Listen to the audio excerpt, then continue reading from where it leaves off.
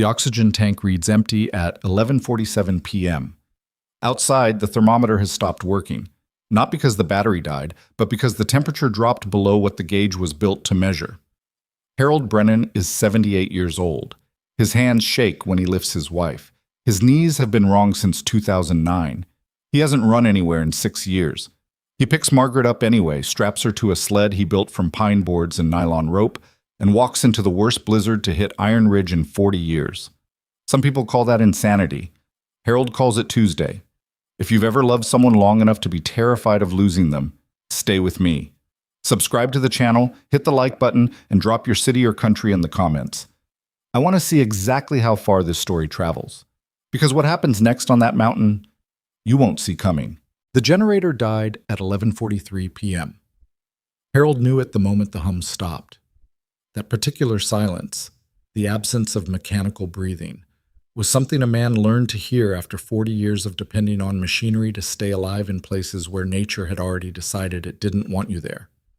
He'd heard that silence before, in fire camps when the wind shifted, in command tents when radio contact dropped, in hospital rooms. He set down his coffee cup on the kitchen counter and didn't move for 3 seconds. Then he went to check on Margaret. She was in the back bedroom, propped against 4 pillows the way Dr. Hensley had specified, the oxygen concentrator's clear tubing running from the machine on the nightstand to the cannula beneath her nose. Except the concentrator had gone quiet with the generator. The digital display, usually a steady green 95%, was dark.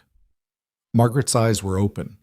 She was watching him from across the room with that particular expression she'd worn for 53 years of marriage, the one that said, "I know exactly what's happening, and I need you to not fall apart right now." "How long?" she asked. Her voice was thinner than it had been 2 weeks ago. Pneumonia had taken something out of her that Harold wasn't sure was coming back. "Couple minutes at most." He crossed to the concentrator and checked the backup battery indicator. Dead. He'd forgotten to replace it in October. He was going to have to live with that for the rest of his life. "I've got the portable tank in the hall closet." "The small one?" "Yeah." She didn't say anything else. She didn't have to. Harold retrieved the portable cylinder, 4 pounds of aluminum containing roughly 90 minutes of oxygen at the flow rate Margaret needed, and got it connected in under 2 minutes. His hands were steadier than he expected. Old reflex. Emergencies had always made him calm in a way that normal life never quite managed. He watched the rise and fall of her chest regulate. "Better," she said. "Good." He went to the window and looked out. What he saw wasn't a snowstorm. What he saw was the end of the world, rendered in white. The pine trees at the edge of the property, trees he'd planted himself in 1987, had disappeared. The driveway was gone. The fence line, the woodpile, the old truck he'd been meaning to fix since spring, all of it erased beneath a moving wall of snow that the Weather Service had, with characteristic bureaucratic understatement, called a significant winter weather event. The National Weather Service had issued the warning 36 hours ago. Harold had read it. He'd also read the part where it said roads may become impassable, and he'd thought, we have the generator, we have the oxygen tanks, we have 2 weeks of food. He hadn't thought about the backup battery for the concentrator. He went to find the emergency radio. The radio was a Midland ER-310, bought in 2019 after a wildfire had come within 4 miles of the property, and Harold had spent 6 hours unable to reach anyone. He'd tested it in September. It had worked fine. Now it hissed and clicked through every frequency he tried. The blizzard was doing something to the signal. The mountains funneled and fractured radio waves in ways that meteorologists understood and Harold only experienced. And what came back through the speaker was mostly static, with occasional fragments of something that might have been a voice. He tried the cell phone. 1 bar. He typed a text to his daughter in Billings and watched the sending indicator spin for 4 minutes before the bar disappeared entirely. He sat at the kitchen table and did the math he'd been avoiding. 90 minutes of oxygen. Maybe 100 if he dropped the flow rate slightly, but that carried its own risks with Margaret's current blood oxygen levels. The storm wouldn't break until dawn at the earliest. The radio had been clear about that before it stopped being clear about anything. Dawn was 6 hours away. He was a retired wildfire incident commander. He had spent 31 years calculating resource gaps in situations where the wrong calculation got people killed. He knew exactly what the numbers meant. He got up and went back to the bedroom. "I need to tell you something," he said. Margaret looked at him. "I know." "You don't?" "Harold." Her voice was quiet, but it had weight. "I've been watching you do math in your head for 50 years. I know what it looks like." She paused to breathe. "What's the plan?" He told her. She was quiet for a long moment after he finished. Outside, something heavy, a branch, maybe, or a section of the roof's snow load, crashed onto the porch. The wind found a gap somewhere in the eaves and produced a sound like a distant train. "The Hatcher fire lookout," she said finally. "How far?" 3 miles. Maybe 3.5 in this weather. In this storm. Yes. She looked at him with those eyes that had been reading him since 1971. "You're 78 years old with bad knees and a repaired hip." "I know." "And you think you can pull me 3 miles through a blizzard on a sled?" "I think I don't have another option." She was quiet again. Then, "The sled's in the garage." "I know where the sled is. The good ropes are on the 3rd shelf, right side." "Margaret, stop talking and go get the sled, Harold." Right. He spent 20 minutes preparing. He layered Margaret in everything that would keep her warm. Wool base, down vest, the heavy Carhartt jacket she'd bought him 3 Christmases ago, and that he'd never worn because he didn't like the color. And he strapped her to the pine board rescue sled he'd built in 2003 after a winter when 2 hikers had nearly died on the back 40 because there'd been no way to move them. He'd always assumed he'd use it for a stranger. He packed what mattered.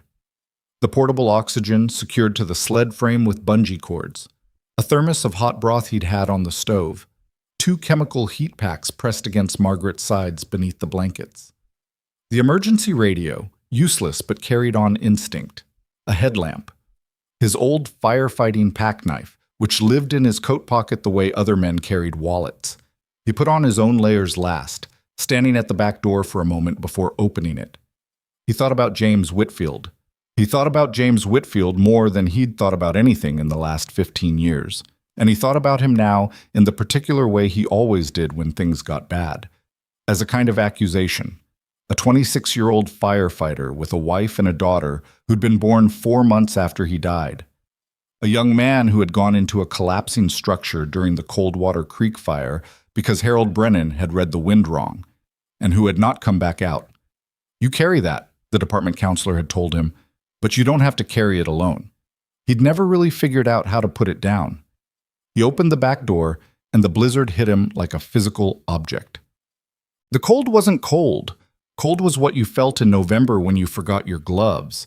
What existed beyond that door was something else, a living presence that pressed against every exposed inch of skin and reached through fabric and found the warmth underneath and took it. The wind moved in gusts that hit 60, maybe 65 miles an hour, and when they came, they shoved him sideways and he had to brace against the doorframe to keep his footing. He got the sled outside. He got Margaret outside. He got himself outside and pulled the door shut behind him and stood for a moment in the full force of what the mountain had decided to become that night. Then he put his weight into the rope and started moving. The snow was already thigh-deep in the open yard. The beam from his headlamp penetrated maybe 8 feet before the blowing snow turned it into a diffuse glow that illuminated nothing useful. He navigated by memory. 40 years of walking this land had built a map inside him that lived in his feet as much as his head, and he moved southeast toward the old wildfire access trail that would take him through the tree line and eventually to the lookout. The sled moved better than he'd expected on the fresh powder.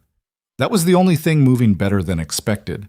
His knees announced their objection within the first 100 yards and didn't stop announcing it. His repaired hip, the result of a fall in 2019 that he'd never fully told Margaret the details of, sent signals that started as discomfort and escalated through pain and into something that lived past pain in a place he didn't have a name for. He breathed through it. He kept moving. Every 20 minutes he stopped and checked Margaret's oxygen level with the small pulse oximeter clipped to her finger. The first reading, 91%, low but workable. He adjusted the flow rate fractionally, buying minutes at the cost of efficiency. Still here, she said the first time he leaned over her. I see that. You're limping. I'm fine. You're limping and your face is doing the thing. What thing? The thing where you're in serious pain and pretending you're not. He straightened up and started pulling again. Harold, she called over the wind. He looked back. Don't stop, she said. Whatever you do. 3 miles away and moving perpendicular to Harold's path, Nathan Cole had been searching for a missing snowmobiler for 4 hours. He was 34 years old, former Marine, 8 years in force reconnaissance before a training accident had retired him ahead of schedule, and for the past 3 years he'd led search and rescue operations for the Iron Ridge Wilderness Reserve.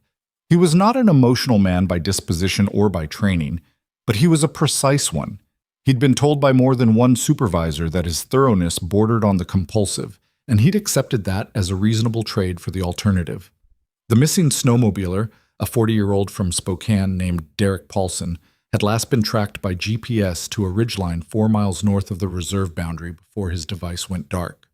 Nathan and Ranger had been working a systematic grid search of the most likely travel corridors, moving northeast in a pattern designed to maximize coverage in deteriorating conditions. Ranger was a 4-year-old German Shepherd, 78 pounds, certified in both live find and human remains detection. He was also the most stubborn animal Nathan had ever worked with, which had taken some adjustment from a man accustomed to being the most stubborn animal in any given situation. They'd been partners for 2 years. In that time, Ranger had been wrong approximately twice. Nathan noticed it first as a hesitation, a subtle break in the dog's ground-covering trot, a slight rotation of his head, and then Ranger sat down in the middle of the search corridor and looked southeast. No, Nathan said. Come. Ranger didn't move. Ranger, heel. The dog stood, took 2 steps southeast, and looked back. Nathan knew this behavior. It wasn't uncertainty. Ranger moved differently when he was uncertain. This was a dog that had found something and was making a decision about whether the handler was smart enough to follow. That's not our sector, Nathan said, as if the dog cared about sector assignments. Ranger turned and took 4 more steps southeast. Nathan pulled out his GPS and marked their current position. Then he checked his radio. The frequencies were mostly garbage in the storm, but he managed to raise his team leader through the static. Echo 1, I've got a deviation. Ranger is pulling southeast, off the assigned grid. The response came back broken. Your call, Cole? Trust the dog. Nathan trusted the dog. All right, he said to Ranger. Show me.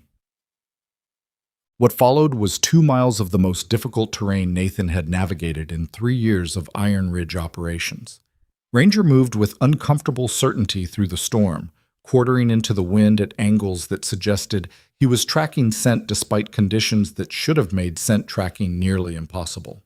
Nathan followed, maintaining visual contact with the dog's reflective vest, reading the terrain ahead with his headlamp in the brief seconds between gusts.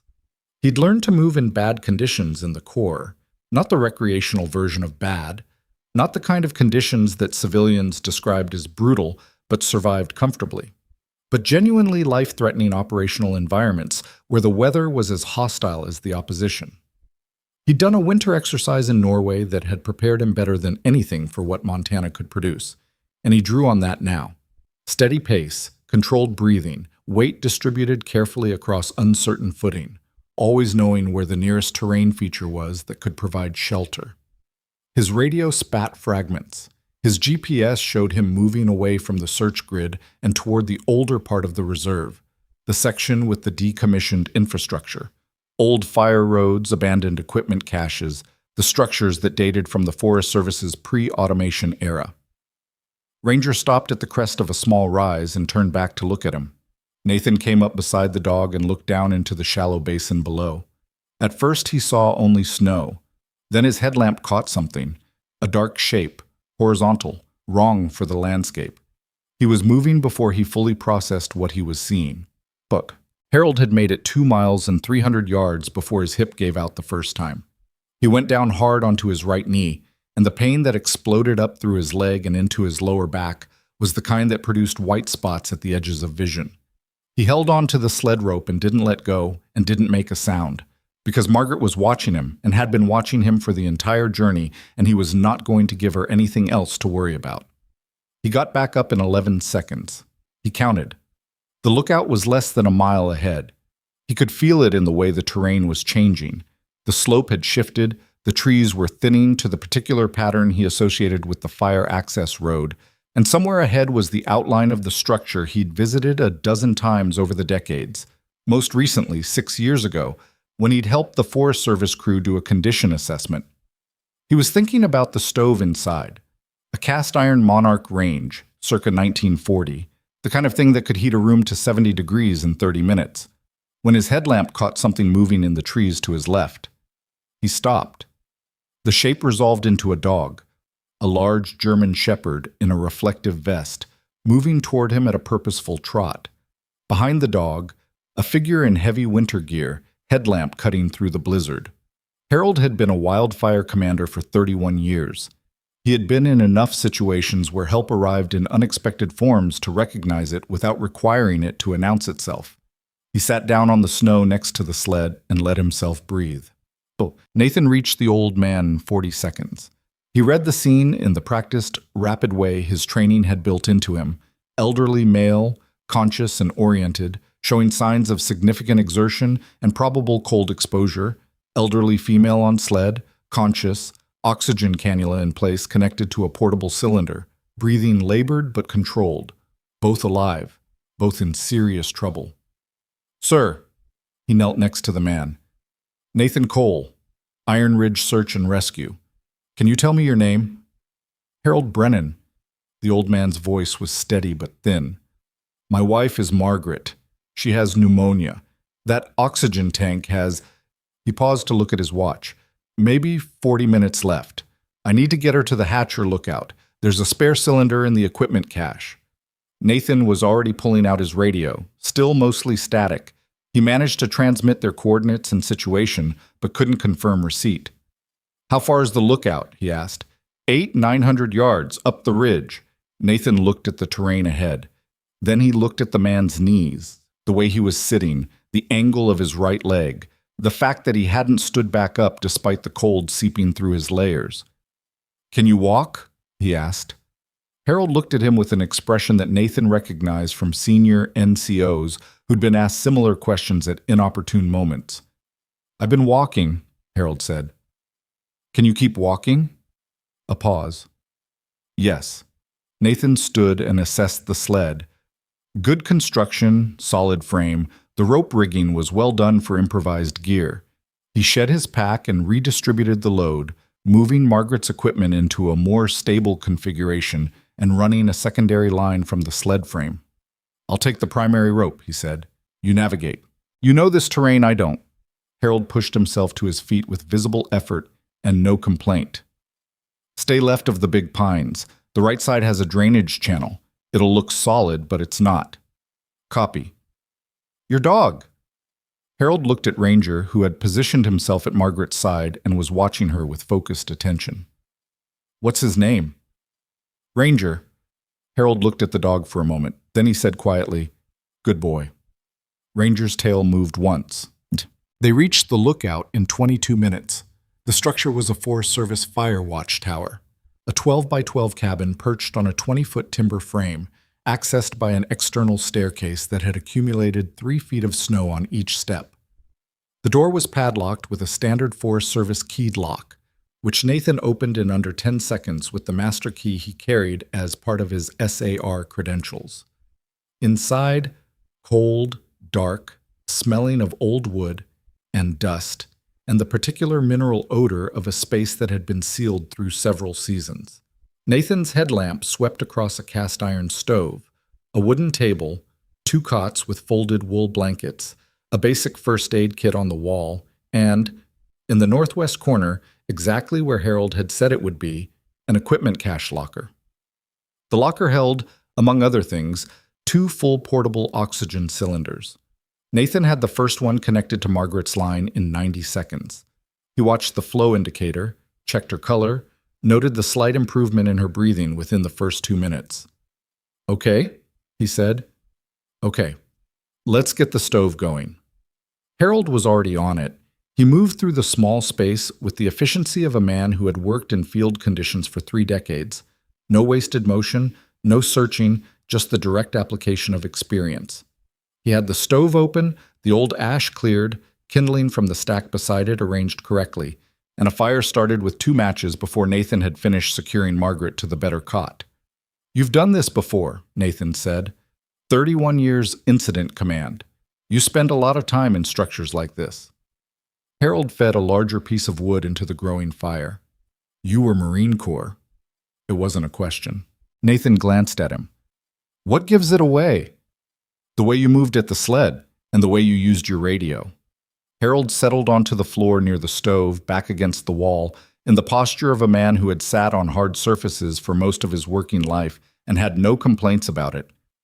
"My nephew did 8 years force recon, moved the same way." Nathan pulled off his outer gloves and flexed his fingers. "Retired 3 years ago. Bad jump in Norway." "What brought you to Iron Ridge?"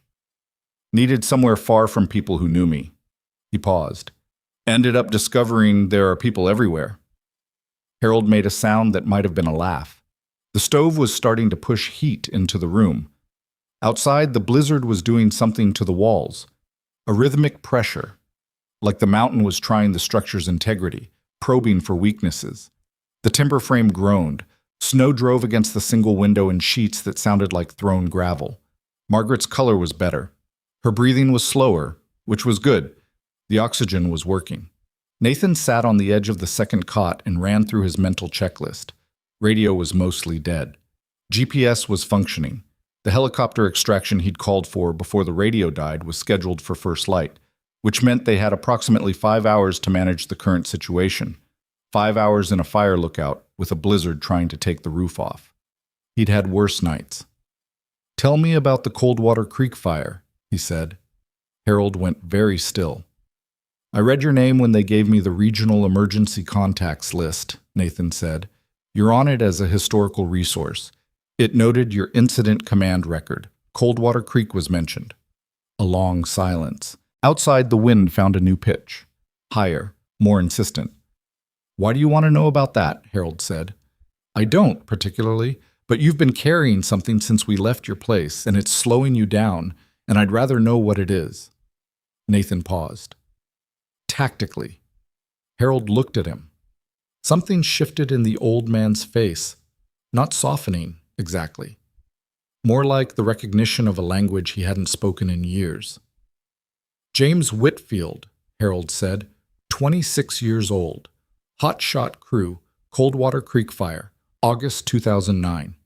He went into a structure to pull a civilian out. The wind shifted on my call.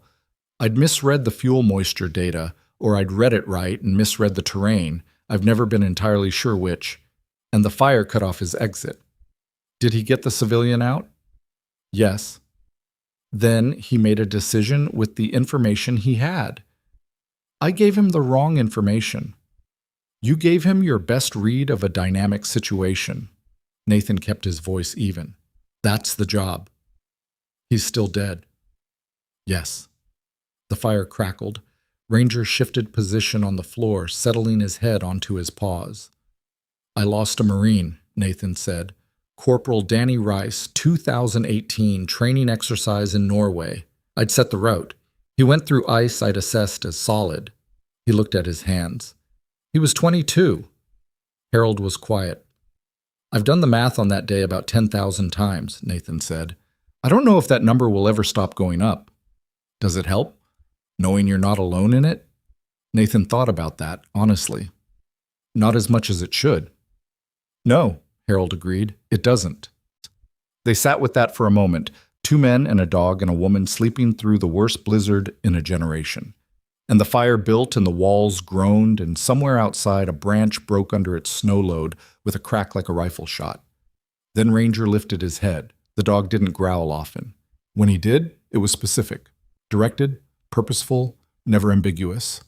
Nathan had learned to read it the way you learn to read any reliable instrument. Ranger was on his feet now, facing the north wall, the fur along his spine raised in a ridge from shoulder to tail. Nathan was already moving when he heard it. Not the wind. Something beyond the wind. a weight, a mass, a sound building from outside with the kind of momentum that had no interest in what was in its path. He grabbed Margaret's cot with both hands and shouted, "Harold! Brace!" The pine tree hit the north wall at 11 feet of trunk diameter, traveling at the speed of a collapsing hillside. And the lookout tower did not so much explode as disintegrate inward, the north wall folding like paper, the ceiling dropping on that side, the windows shattering, the cold and the snow and the night pouring through the gap where solid structure had been 3 seconds ago. The radio flew off the table. Nathan heard it hit something and go silent. In the ringing aftermath, snow swirling through the breach, the fire guttered but not quite dead, Ranger barking in sharp staccato from somewhere to his left. Harold's voice came through the dark, rough, and immediate. "Margaret?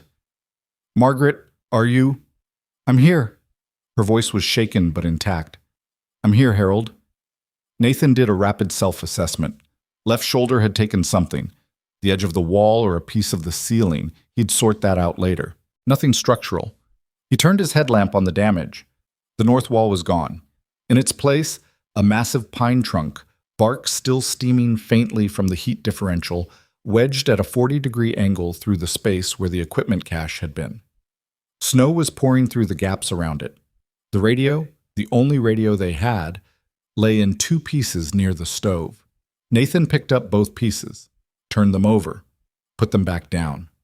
He looked at Harold, who was at Margaret's side, checking her oxygen line, his face doing something complicated that resolved into something that had no name, but that Nathan recognized from his own mirror.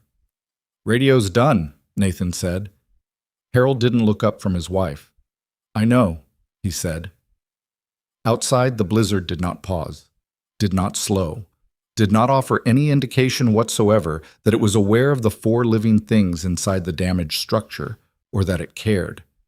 Nathan looked at the gap in the north wall, at the snow piling through it, at the temperature already dropping in the room from the breach.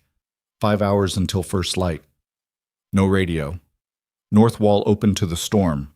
And whatever had just become of the fuel situation in the generator cabinet outside, the one he hadn't checked yet, because there hadn't been time, was about to become the next problem in a night that had not yet run out of them.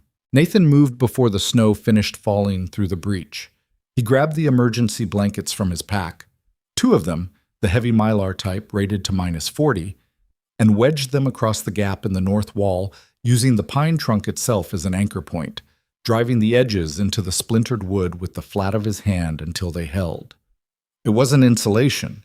It was the difference between the room temperature dropping 10 degrees and dropping 30, and right now 10 degrees was the margin between Margaret breathing and Margaret not breathing, so it was enough. It would have to be enough. Harold had already dragged Margaret's cot 6 feet south, away from the debris field, without being asked. The old man moved like someone who had spent a lifetime making fast decisions in damaged spaces. No wasted motion, no commentary, just the direct translation of assessment into action. Nathan noted it without saying anything. The fire had nearly died in the blast of cold air that followed the tree's impact. Nathan rebuilt it in 4 minutes, working with the wood that hadn't been buried under debris, coaxing the coals back with careful breath and dry tinder from the bottom of the stack where the moisture hadn't reached. He'd learned fire management from a gunnery sergeant in a Norwegian winter who believed that a Marine who couldn't maintain a fire in adverse conditions had no business calling himself prepared for anything. Nathan had taken the lesson seriously. The flames caught, grew. The stove began to push heat again. Ranger stood at the edge of the mylar barrier and watched it move in the wind coming through the gaps, his nose working constantly, cataloging whatever the breach was letting in from outside. "Generator fuel," Nathan said, not looking up from the stove. "You said earlier you hadn't checked it. What's the typical capacity on a setup like this?" Harold was seated on the floor near Margaret's cot, one hand resting on the blanket near her arm, without quite touching it. 20-gallon tank. Forest Service fills it in October for emergency use, depending on how much runtime it's had since then. Best case? Half tank, 8-9 hours of runtime at low load. And if it's been running the heating element all season? Harold was quiet for a moment. Then we might have 2. Nathan did the math. First light was approximately 5 hours out. A helicopter extraction required clear enough conditions to fly, which depended on the storm breaking, and the last weather data he'd had, 4 hours ago, had put the storm's core passage at sometime mid-morning. So, potentially 7 hours of cold exposure in a partially open structure with a fuel supply that might or might not last half that time. "The depot," Harold said. Nathan looked at him. "There's an old fuel cache. Forest Service established it in the 90s for extended firewatch operations. Diesel drums, maybe 100 gallons if they haven't been rotated out." Harold's expression was the particular kind of controlled that Nathan associated with people who were managing significant pain or fear and were not going to discuss it. "It's on an old wildfire access trail about 1.5 miles east. Trail's not on current maps. They decommissioned it in 2011. But I walked it every season for 20 years. In this weather. In weather like this and worse." Nathan looked at the north wall. The mylar sheets were holding but breathing in and out with each gust, and the temperature in the room had settled at something he estimated in the low 40s, cold enough to be dangerous for someone in Margaret's condition over extended time. The stove could compensate, but only if it had fuel, and the firewood stack beside it would last maybe 3 hours. He looked at Ranger. The dog looked back. "How confident are you in the route?" Nathan asked. "Confident enough?" Harold paused. "I'd be more confident 20 years ago." "We'd both be more confident 20 years ago." Nathan stood and began checking his pack. "You'd navigate, I'd break trail. The dog tracks the route if visibility drops below usable." Harold looked at him steadily. "You're proposing we leave Margaret." "I'm proposing we get the fuel that keeps her warm until the helicopter arrives." Nathan met the look without flinching. "She's stable on the current oxygen supply. The stove has 2, maybe 3 hours of wood. If we're not back with fuel by then, stable becomes something else." The words sat in the air between them. Margaret's voice came from the cot, quieter than before but precise. "Go." Harold turned to her. "Harold." Her eyes were open, fixed on him with the particular intensity she deployed when she was not interested in discussion. "Go get the fuel. I'll be here." "You'll be alone." "I've been alone in worse situations than a warm room." She paused for breath. 1987, remember? When you were on the Ridgecrest fire for 6 weeks and the truck broke down and the nearest neighbor was 11 miles away? That was different. It was colder. She held his gaze. "Go." They left at 2:14 a.m. Nathan had banked the fire as high as the stove's draft would allow, set the damper to slow burn, and left both remaining wool blankets layered over Margaret. He'd shown her the pulse oximeter and how to read it, and he'd set his backup radio, the short-range unit, barely functional in current conditions but better than nothing, within reach of her hand. Ranger went through the door first, Nathan second, Harold last, pulling the door as tight as it would go against its sprung frame. The blizzard had not improved. If anything, the wind had found a second gear. It came from the northwest now at angles that required leaning into it to maintain footing, and the snow it carried was the dry, fine grain type that got into every gap and seam and worked its way to skin given enough time. Nathan pulled his balaclava down and his goggles up and reduced the world to a narrow rectangle of visibility that extended maybe 12 feet in front of him before the storm swallowed it. Harold moved up beside him and pointed east. They moved. The first quarter mile was manageable. The tree cover on the east side of the lookout site provided some windbreak, and the old wildfire trail, invisible under 3 feet of snow but present as a subtle depression in the terrain that Harold navigated by some combination of memory and instinct, ran through denser forest that cut the worst of the gusts. Nathan broke trail, using his taller frame and pack weight to compress the snow for Harold behind him, and Ranger ranged ahead in tight arcs, checking back every 30 seconds. Nathan kept his pace to what Harold could sustain. He didn't announce this or discuss it. He simply moved at the speed that kept the old man in contact without requiring him to run, and when Harold's pace dropped, Nathan's pace dropped, and the adjustment happened without comment because there was no version of commenting on it that didn't cost something they couldn't afford to spend. Harold noticed anyway. "You don't have to slow down for me," he said. "I'm not slowing down for you. I'm managing the pace for the mission." That's a polite way to say the same thing. It's an accurate way to say the right thing. Keep moving. The second quarter mile was where the terrain changed. The wildfire trail dropped into a shallow drainage, one of the dozen or so that cut the eastern slope of this part of the reserve, and the drainage had collected the runoff from the higher terrain above and refrozen it in layers that made the footing treacherous, even for Nathan, who had trained on ice sheets in northern Norway and knew what dangerous footing felt like before his body discovered it the hard way. He went through once, his right boot punching through a crust layer into 8 inches of air above the ice below, and caught himself on one knee before the full fall. Harold was there before Nathan expected him to be, one hand on Nathan's arm, the grip surprisingly solid. "Shelf ice," Harold said. "Runs about 30 feet in that direction. Stay left." Nathan recalibrated his line and kept moving. They didn't talk much after that. Conversation in those conditions cost breath, and breath cost warmth, and warmth was the resource they were shortest on.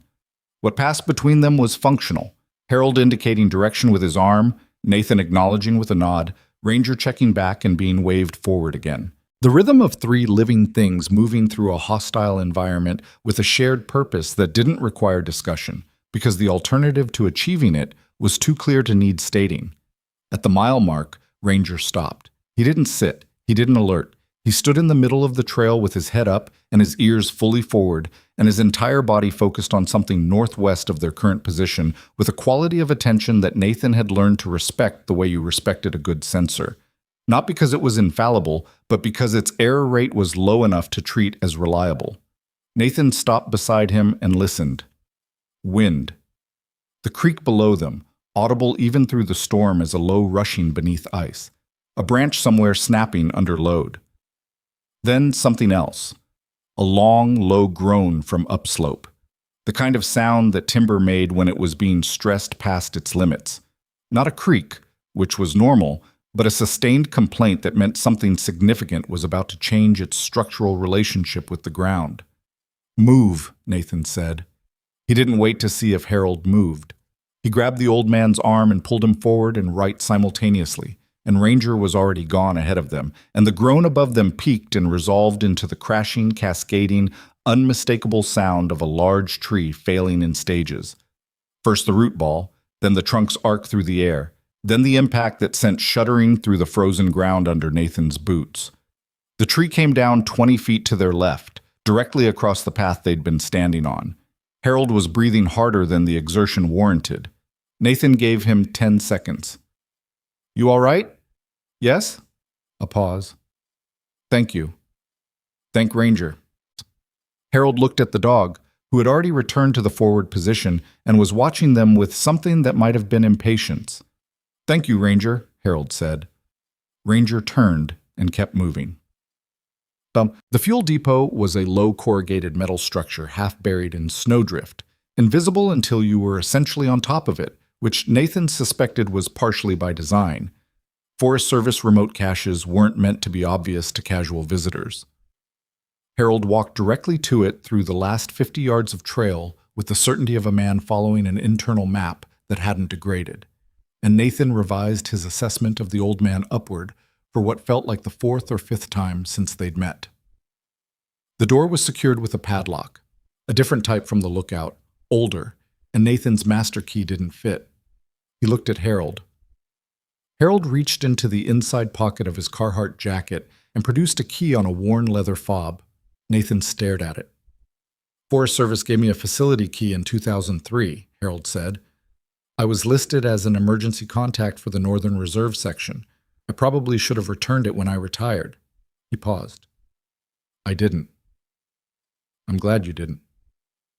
Inside, 3 50-gallon drums of diesel, 2 of them full, one at about a third. A manual pump, fuel line and fittings. An assortment of other emergency equipment that Nathan cataloged rapidly and set aside. They filled the 2 fuel cans Nathan had brought from his pack, each holding 2.5 gallons, and Harold located a 3rd can on the depot shelving, a 5-gallon container already full, and added it to the load. 10 gallons of diesel, enough to run the lookout's emergency generator for 8 to 12 hours, depending on load, more than enough to hold through first light and into morning. Nathan distributed the weight. He took the heavier cans, 7 gallons in his pack and 1 in hand, and left Harold with the lightest single can. Harold started to object. Navigation is your job, Nathan said. You can't navigate if you're working that hard to carry. Take the light one and keep us on the right line. Harold held the objection for a moment, then let it go. Ranger was already pointed back toward the lookout. The return trip took longer. The wind had shifted during their time at the depot, moving from northwest to due north, and it hit them broadside on the return leg in a way that made every step a negotiation between forward progress and staying upright. Nathan went through the shelf ice section twice this time, catching himself the first time and not quite catching himself the second, going down fully onto his left side with 7 gallons of diesel, the cold ground coming up to meet him with the particular indifference of terrain that had been enduring this kind of weather for 10,000 years and was not impressed by his discomfort. He got up. He kept going. Harold had fallen once, somewhere in the drainage section, and Nathan had heard it and turned back and found the old man already on his feet, face set, the fuel can still in his hand. Neither of them mentioned it. They were 200 yards from the lookout when Nathan's hand, the one not carrying fuel, went for his radio on reflex. Some trained instinct checking in, assessing whether the situation warranted a call. And he remembered that the radio was dead. He became aware in that moment of how completely isolated they were. No radio. No functioning GPS connection. The signal had been marginal for the last hour. No way to reach the helicopter team. No way to know if anyone had received his initial transmission. No way to know if First Light would bring a rescue aircraft or just more storm. He thought about Corporal Rice. He thought about the ice in Norway, how it had looked solid, how his assessment had been thorough and careful and completely wrong. He thought about the particular weight of being responsible for another person's life in an environment that did not care about your intentions. He didn't say any of this to Harold. He kept walking.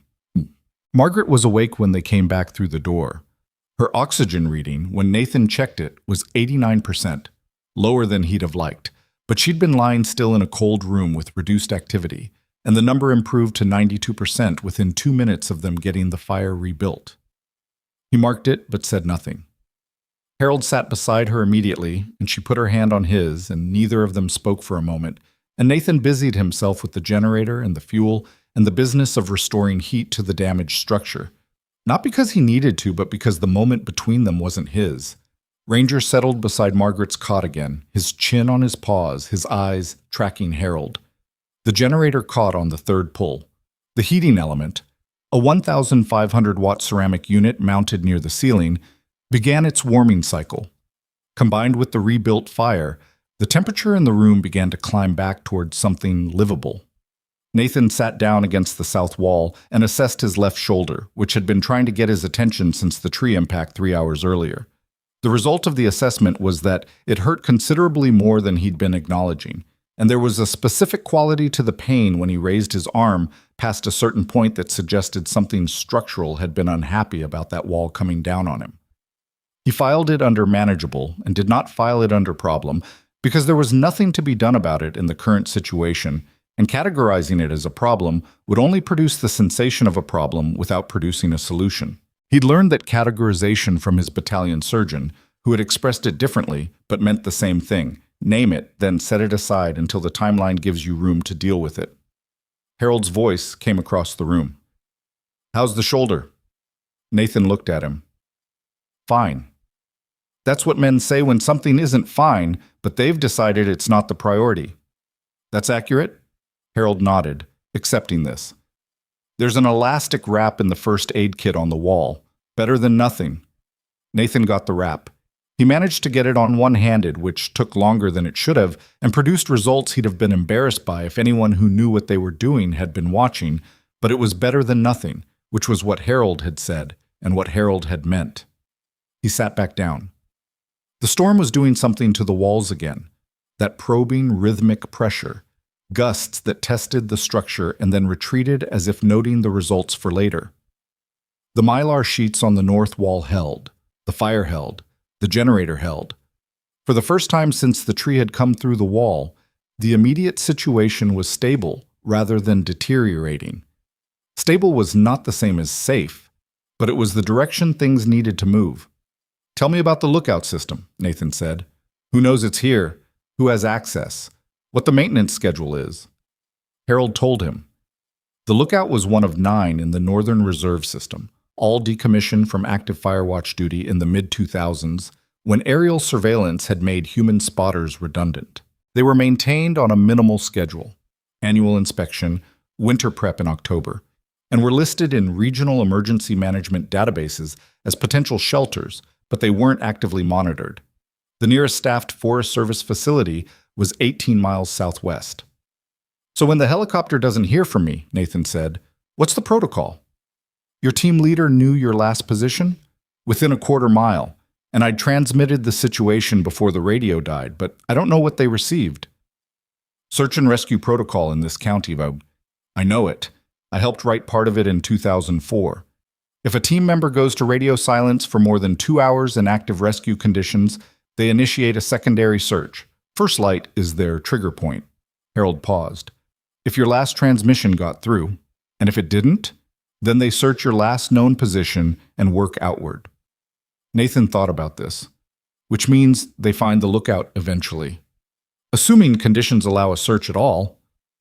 "What's your read on the storm? You know this terrain." Harold was quiet for a moment, doing something with his eyes that Nathan associated with people who were reading information Nathan couldn't see. Terrain memory, pattern recognition built from decades of watching weather systems move through a specific landscape. "It's breaking. Maybe 3-4 more hours at full intensity. After that, the wind drops. Conditions become flyable by mid-morning if it goes the way I think it goes." "How often does it go the way you think?" The old man's expression was a complicated thing. "Often enough that I trust it. Not often enough that I'd bet Margaret's life on it without a backup plan." "What's the backup plan?" "We start moving at first light regardless, downhill, toward the fire road on the south end of the reserve. It's 4 miles, but it's navigable if we move smart." Nathan looked at Margaret, at the oxygen line, at the fuel level indicator on the generator. "She'd make that?" he asked. He kept his voice flat, not callous, just direct, because Harold was a man who responded to directness. Harold looked at his wife for a long moment. "She'd make it, or she'd tell me she couldn't," he said finally. "Margaret has never pretended about anything in 53 years." As if to confirm this, Margaret's voice came from the cot, eyes still closed, breathing measured. "I can hear both of you." Neither man said anything. 4 miles is 4 miles, she said. "I've walked worse." A pause. 40 years ago." "You're not walking," Harold said. "Then you're pulling. You've done it before tonight." Her voice had the quality of someone speaking from somewhere between sleep and waking, but the logic in it was clean. "Stop planning around me like I'm already gone. I'm not gone." Harold put his hand on the blanket again. Nathan looked away. He found himself thinking about the antibiotics, the course Dr. Hensley had prescribed, which Harold had mentioned were in the medical bag he'd packed from the house. He'd seen the bag on the sled when he'd found them, had moved it during the equipment redistribution, He went still. He looked at his pack, then at the position of the sled, where it had been dragged inside and positioned against the south wall, then at the sequence of events since the tree impact. The emergency response, the fire rebuild, the fuel run, the return. "The medical bag," he said. "Where is it?" Harold looked at the sled, then at Nathan, then back at the sled. The bag wasn't on it. Nathan went through his pack methodically, through Harold's pack, through the equipment cache contents that had been pulled out and restacked during the fuel preparation, through the debris on the north side of the room that he hadn't fully cleared.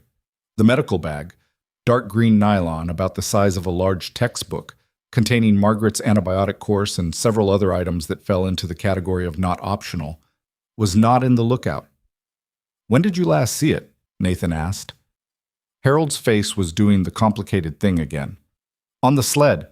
I strapped it to the sled frame before we left the house, and I saw it when we arrived here." He stopped. "Before the tree." "The tree impact moved the sled." "Yes." "And after the impact, we moved the sled inside."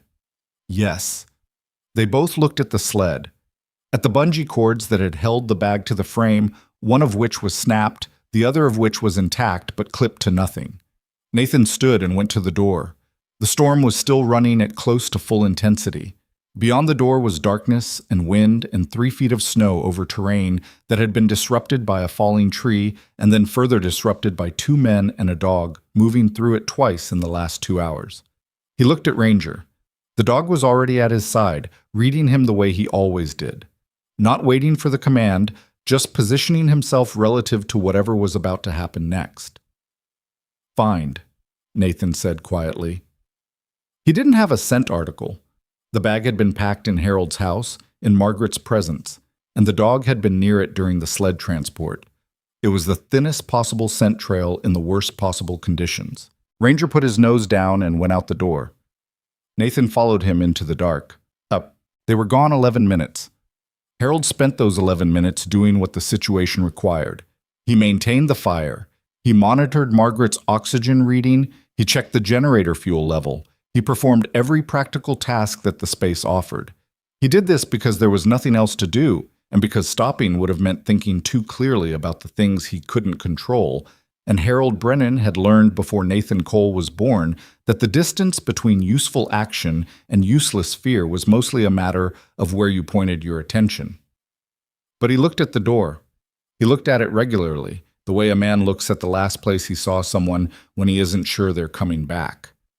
Margaret had her eyes closed, but she wasn't sleeping. He knew the difference. "They'll find it," she said. "You don't know that." "I know Ranger." She turned her head slightly toward him. "You've been watching that dog all night. You know it too." Harold didn't answer. "I've been thinking," Margaret said, "about James." Harold went still. "I've been thinking about him for 15 years, she said, "in the way where I couldn't say his name to you because you couldn't hear it without going somewhere I couldn't follow you." She breathed. "I want to say something about it. Margaret, Harold." Her voice was gentle but had no give in it. He was 26 years old. He made a decision. He went into that building knowing what the conditions were, because he was trained and experienced, and he judged that the risk was acceptable against the outcome. "My read of the wind was the best read available with the information you had at 0400 on an August morning with a fire that was doing things fires don't normally do." She opened her eyes and looked at him directly. "I've read the investigation report. I read it in 2010 when you wouldn't. His crew said he knew the wind was a question mark. He went anyway. Because I gave the order. Because he decided to follow it. Because he was a professional who assessed the situation himself and went in." A pause for breath. "You've carried his choice as if it was yours to carry. It wasn't. It was his." Harold didn't say anything. The fire crackled. Outside, the storm ran its pressure along the walls. "I'm not saying it doesn't matter that he died," Margaret said. "I'm saying that a man who spent 31 years putting himself between other people and catastrophe has no business dying in a blizzard still believing he's the reason someone else chose to be brave." The door opened. Nathan came back through it with snow on his shoulders and his goggles pushed up and his expression carrying the particular neutrality of someone who had just done something harder than they were going to describe. Ranger came in behind him and shook the snow from his coat and went directly to Margaret's cot and sat beside it. In Nathan's hand, a dark green nylon bag, snow-dusted, intact. He set it on the table and opened it and checked the contents with rapid, practiced movements. And then he closed it and put it where Harold could reach it easily. "Antibiotics are fine," he said. "Everything's there." Harold looked at the bag, at Ranger, at Nathan. "How far?" he asked. 30 yards into the tree debris. It had slid under a section of the fallen trunk. Nathan pulled his balaclava down from his face. Ranger went straight to it. Harold looked at the dog. Ranger looked back at him with the patient, undemonstrative expression of an animal that did not require acknowledgement for doing its job, but that was aware the job had been done. Harold reached out and put his hand on the dog's head. Ranger stayed very still under the touch. Outside, something changed in the storm's pitch. A subtle drop in frequency, a slight easing in the force of the gusts against the walls. It might have been nothing. It might have been the first sign of what Harold had said would come. Nathan noticed it.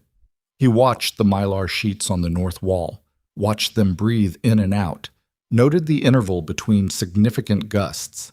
He didn't say anything yet. It was too early to say anything, but the interval was getting longer.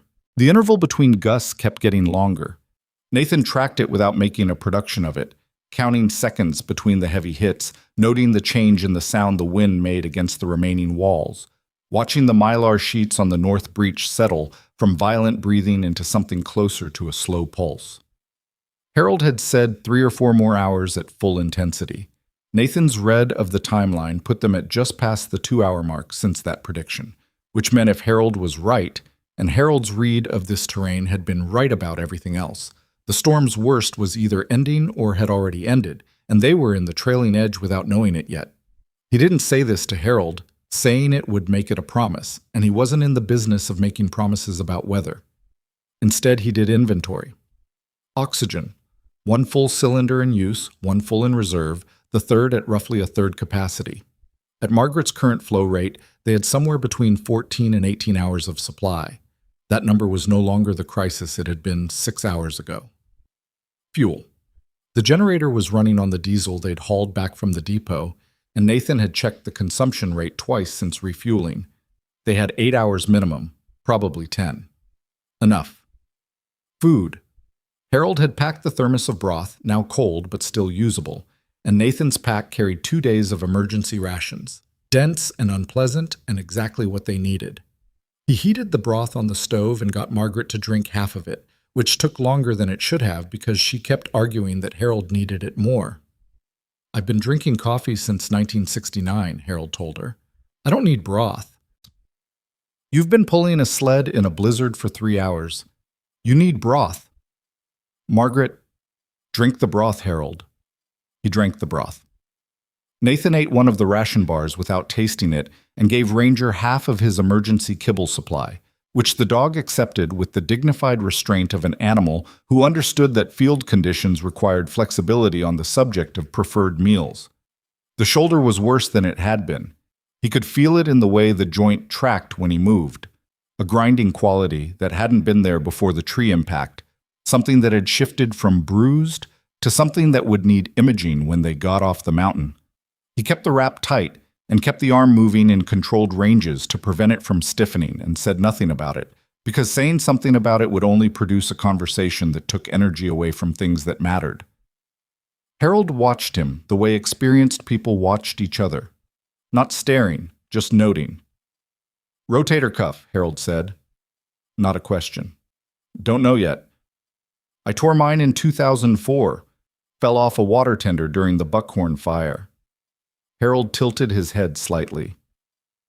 "Specific kind of pain, like something's rubbing that shouldn't be touching." Nathan looked at him. "Yeah. You need to stop using it for anything that involves leverage or overhead reach." "I'll keep that in mind." "I'm serious, I know you're serious. I said I'll keep it in mind." Nathan moved his arm deliberately through the range he'd been testing. "It works. We're fine." Harold let it go. He had the look of a man who recognized the difference between an argument worth having and an argument that had already been decided by someone else's stubbornness, and had enough experience with both categories to know when he was in the second one. Margaret's temperature was the next problem to surface. Nathan checked it with the thermometer from the first aid kit at 4:30 a.m., an hour and 15 minutes after they'd returned with the fuel, and the reading was 99.4 degrees. Not dramatically elevated, but higher than it had been when he'd last checked, and in the wrong direction. The antibiotics from the recovered bag were on schedule. Harold had given her the dose with water from Nathan's filtered supply. But antibiotics didn't work on the timeline of hours. They worked on the timeline of days, and what was happening to Margaret's temperature was happening on the timeline of hours. He told Harold directly. There was no version of not telling him that wasn't worse. Harold sat with it for a moment. "What does that mean for movement?" "It means we move at first light regardless of conditions. Waiting for ideal weather is a lower priority than getting her to a hospital."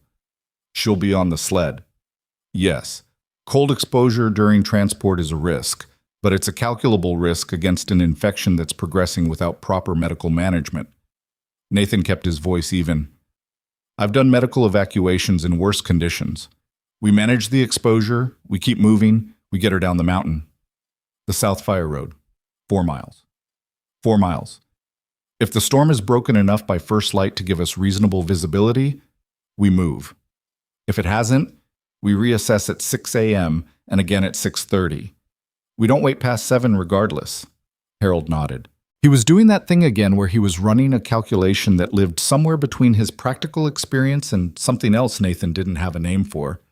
The particular mathematics of a person who had been managing emergencies for most of his adult life and had developed a sense for when the variables had aligned into something survivable versus something that required a different kind of preparation. "It's survivable," Harold said, reading the question Nathan hadn't asked. "I know. I'm not saying it for you. I'm saying it for myself." Harold looked at his wife. "She's tougher than the mountain." Margaret, without opening her eyes, "I can still hear both of you." The storm broke at 5:17 a.m. Not gradually.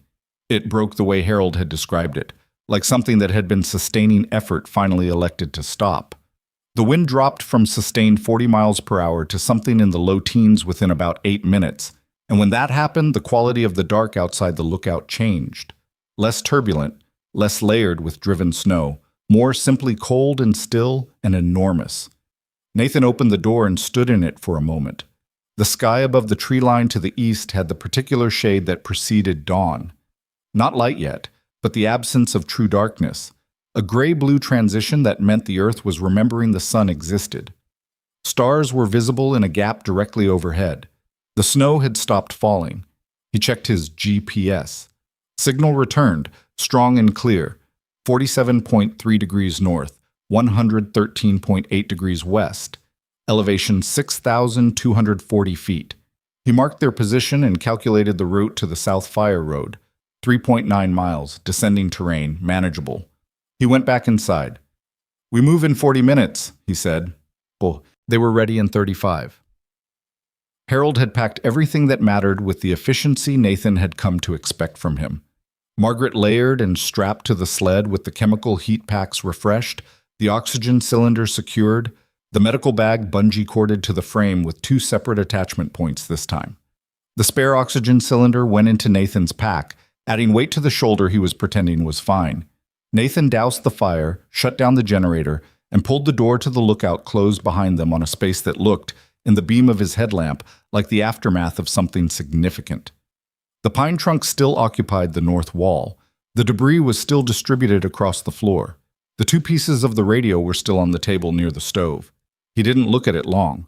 Outside, the post-storm cold was immediate and unambiguous, somewhere around minus 15 degrees Fahrenheit by Nathan's estimate, with a residual wind that came in short probes from the northwest rather than the sustained assault of the previous hours. The snow surface had a crust on it from the brief temperature variation during the storm's passage, and that crust would hold their weight in some places and not in others, which was a problem he'd deal with as it came. Ranger oriented himself downslope and looked back once. "Okay," Nathan said. "Lead." The first mile went well. The route Harold had identified ran along the eastern edge of the reserve's upper terrain before cutting south through old-growth pine that provided both windbreak and a relatively clear corridor. The trees here were spaced far enough apart to allow the sled through, but close enough that the accumulated snow between them was shallower than in the open. Harold navigated from beside Nathan's right shoulder, calling the line in short phrases. Left of that birch cluster, drop toward the drainage, cut right before the rock shelf. Nathan listened and executed. He'd worked with partners who couldn't give directional information cleanly under pressure, who said that way and pointed in the wrong direction, or who hesitated when hesitation cost you. And Harold was not that. Harold's directions were precise and came early enough to act on, and when the terrain offered a choice, Harold identified it before Nathan had to ask. Ranger broke the trail when the crust was uncertain, testing with his weight before committing, doubling back when a line proved unstable. It added time, and Nathan let it, because a dog who'd been wrong twice in 2 years was a better terrain sensor than any piece of equipment in Nathan's pack. Margaret didn't speak much during the first mile. She watched the trees going past overhead, and she breathed in the measured way of someone managing discomfort with a discipline that most people discovered they didn't have until they needed it. At the mile mark, where the road crossed a small clearing before entering the next section of forest, Harold stopped and put his hand up. Nathan stopped. What? Harold was looking at the clearing, at the snow surface across it, undisturbed, untracked, a flat white expanse roughly 80 yards wide by 50 yards deep. The clearing, Nathan said. How long has that snowfield been sitting since the storm? Harold asked. He wasn't talking to Nathan. He was talking to himself, the way people talk to themselves when they were working out a problem and needed to hear the components. 6-7 hours of accumulation on top of whatever base was there before. And the slope angle across it. Nathan looked at the far edge of the clearing, at the tree line on the other side and the subtle depression in the terrain that suggested a downhill gradient he hadn't fully registered from this angle. He looked at Harold. Harold was looking at him. We go around, Nathan said. The around adds 20-25 minutes. Better than the alternative. Harold nodded once, and they moved left, skirting the clearing through the trees at its northern edge, adding the 20 minutes without further discussion. Ranger went with them without hesitation, as if the decision had already been obvious to him. They were 3/4 of the way around the clearing when Ranger stopped. He didn't gradually slow. He stopped hard, all 4 feet planted, and turned to face the clearing with the ridge of fur raised along his spine. Nathan heard it a half-second later. It started as a sound beneath the normal frequency range of the post-storm quiet. A deep, sustained crack, followed immediately by a secondary crack, and then the unmistakable rushing sound of a large mass of snow beginning to move.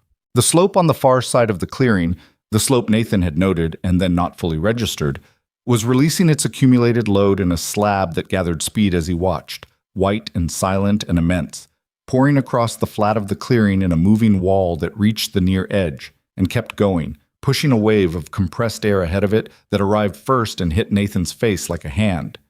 The avalanche crossed the ground they would have been standing on. It took 11 seconds, maybe 12. Then it stopped at the tree line on the northern edge and settled into a field of chaotic debris 20 feet deep that covered everything beneath it perfectly and completely. No one said anything for a moment. Margaret's voice, flat and precise. How long would that detour have taken? 20 minutes, Harold said. And how long ago did you decide to take it? Few minutes. Another pause. Good decision. Harold didn't respond. He was looking at the debris field with the expression of someone who had been in this industry long enough to understand exactly what that field represented and wasn't interested in dramatizing it. Nathan looked at Ranger. The dog had already turned back toward their route, the fur along his spine settling. Let's keep moving, Nathan said. They found the trouble at the 2-mile mark. The forest here was older, the trees larger, and the storm had left its signature in downed branches and in 2 places, fully fallen trees across the natural corridor Harold had been using to guide them. The first fallen tree was manageable. It had come down at an angle that left a gap on the left side large enough to pass the sled through with careful maneuvering. The second was not manageable. It was a mature Douglas fir, 3 feet in diameter, lying directly across the route at a right angle, and the terrain on either side of it offered no viable alternative. A steep drop to the left, a dense thicket of secondary growth to the right that would require cutting through, and they had no saw. Nathan looked at it for a moment. How solid is that trunk? He asked. Why? If we tip the sled up and slide it over the top, 30-degree angle, controlled, 2 points of contact, you can't do that with one shoulder, Harold said. I can do it with one shoulder and your help. Harold looked at the trunk, at the sled, at the angle. Nathan could see him running it, the way experienced people ran physical problems, not imagining the success but imagining the failure points, stress testing the plan before committing to it. Margaret, Harold said. I heard, she said. Do it. It'll jostle you. Harold, I have pneumonia, not glass bones. Do it. They did it. Harold took the head of the sled, Nathan took the tail, and they worked the sled up and over the trunk in a controlled lift and slide that took 4 minutes and required Nathan to use his damaged shoulder in ways that the shoulder registered its strong objection to, and they got it done. And Margaret didn't make a sound during it, except for one sharp exhale when the sled tilted to maximum angle and then found the far side. Nathan set his end down and stood for a moment with his jaw set and his hand pressed against his thigh, not touching the shoulder because touching it was a thing he wasn't going to do in front of the other people, and he breathed through it until the worst of it passed. "You okay?" Harold asked. "Moving." They moved. The third mile was when Margaret's fever announced itself clearly. Harold had been checking her every 20 minutes throughout the descent: temperature, oxygen, responsiveness, and the 6:45 a.m. check produced a reading of 100.8 degrees, up from 99.4 at 4:30. The antibiotics were in her system, but the infection was running faster than the medication for now, which was exactly what Nathan had been watching for and had told Harold to watch for, and now it was happening. "Talk to her," Nathan said. "Keep her engaged. If she starts slurring or loses coherence, tell me immediately." "She's not going to lose coherence." "Harold." The old man looked at him. "I know she's Margaret," Nathan said carefully. "I know she's the toughest person on this mountain. I'm also telling you that a fever at this elevation and these temperatures can do things faster than you expect, and I need you watching the specific signs I'm telling you to watch. Not the general condition, the specific signs." Harold held his gaze for a moment. Then he said, "Slurring, confusion, pupils." "Yes. I know what to watch for, Nathan. I've been watching for things on this mountain my entire life." He said it without heat, just with the particular weight of a man establishing a boundary that wasn't negotiable. "Don't tell me how to watch my wife." Nathan took that. It was fair. "We have about a mile left," he said. "She'll make it." "Yes," Harold said. "She will." They pushed on. The fourth check at the mile remaining mark produced 101.1 degrees, and Nathan calculated the rate of rise and did not like the result. He marked the time, checked his GPS, looked at the terrain ahead. The South Fire Road was visible from their current position, or rather, the gap in the tree line that indicated where the fire road ran was visible. A straight corridor cutting through the forest approximately 3/4 of a mile south. If the road was accessible, if the storm hadn't buried it beyond passage, if the gate at the reserve boundary was either open or could be breached, they would reach it in under an hour. He pulled out the short-range radio that he'd left with Margaret and that she'd given back to him at the lookout. He tried the frequency his team used for ground operations. Static. He tried the county SAR coordination frequency. More static. He tried the general emergency frequency that was monitored at the county communications center. A voice came back through the static, faint but present. "Any unit in the Northern Reserve, this is Teller County SAR coordination. Please identify and transmit location." Nathan pressed the transmit button. "Teller County SAR, this is Cole, Iron Ridge SAR Team 2. I have 2 civilians requiring medical extraction. Current position." He read the GPS coordinates. "Moving south toward Fire Road Junction, ETA 45 minutes. 1 patient female, 78, pneumonia, elevated fever, requires immediate hospital transport. Copy?" The response was broken, but the key words came through. "Cole, copy. Helicopter. 20 minutes. Nathan looked at the radio, at Harold. "They're coming," he said. Harold turned to Margaret. He didn't say anything.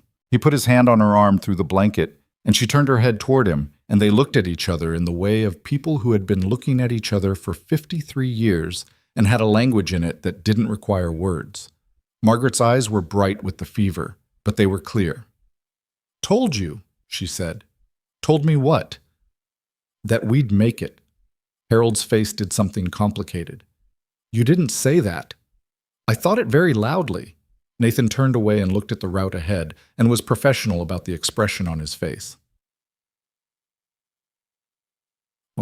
They reached the Fire Road Junction at 7:28 a.m.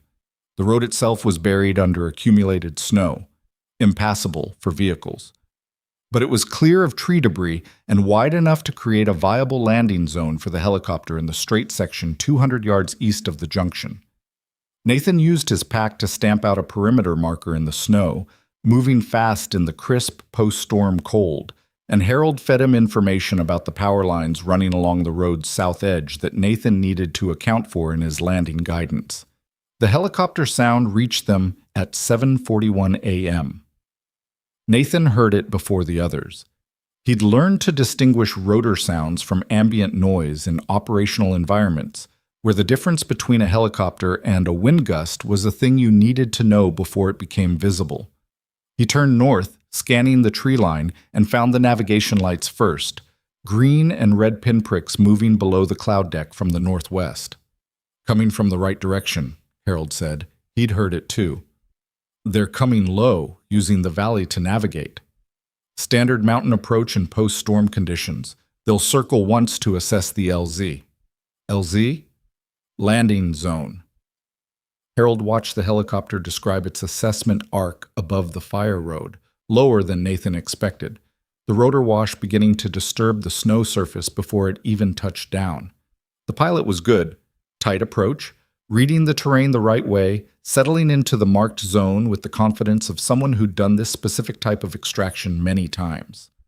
Ranger sat down next to the sled and watched the helicopter land with the expression of a dog who had decided that large, loud machines descending from the sky were below his threshold of concern. The crew was out before the rotors had fully wound down, 2 paramedics moving with the practiced efficiency of people who had done this in conditions like this and worse. Nathan gave the handoff report in under 2 minutes. Age, diagnosis, vital signs, medications administered, current oxygen supply, fever trajectory, last coherent assessment. The paramedics worked. They were precise and quiet and did not waste motion. And watching them, Nathan felt the particular release of pressure that came when you transferred responsibility to people who were more qualified than you for the next phase of the problem. He stepped back and let them work. Harold stood beside the sled as the paramedics prepared Margaret for loading and didn't move from that position and didn't speak. One of the paramedics said something to him about climbing into the helicopter, and Harold said without looking at her, "I'm staying until she's in." The paramedic read him correctly and didn't argue. Margaret was loaded at 7:53 a.m. Harold got in beside her.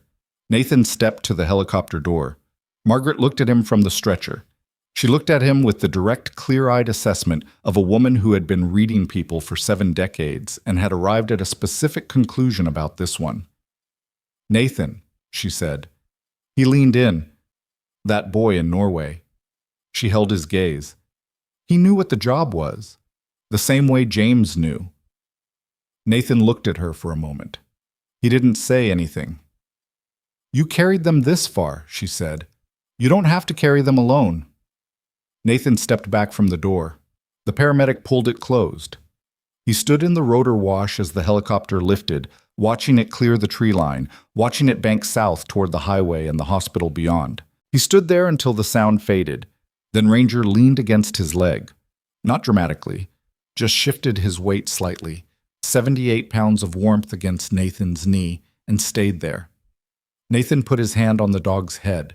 The cold was absolute and clear, and the sky above the tree line was beginning to show color.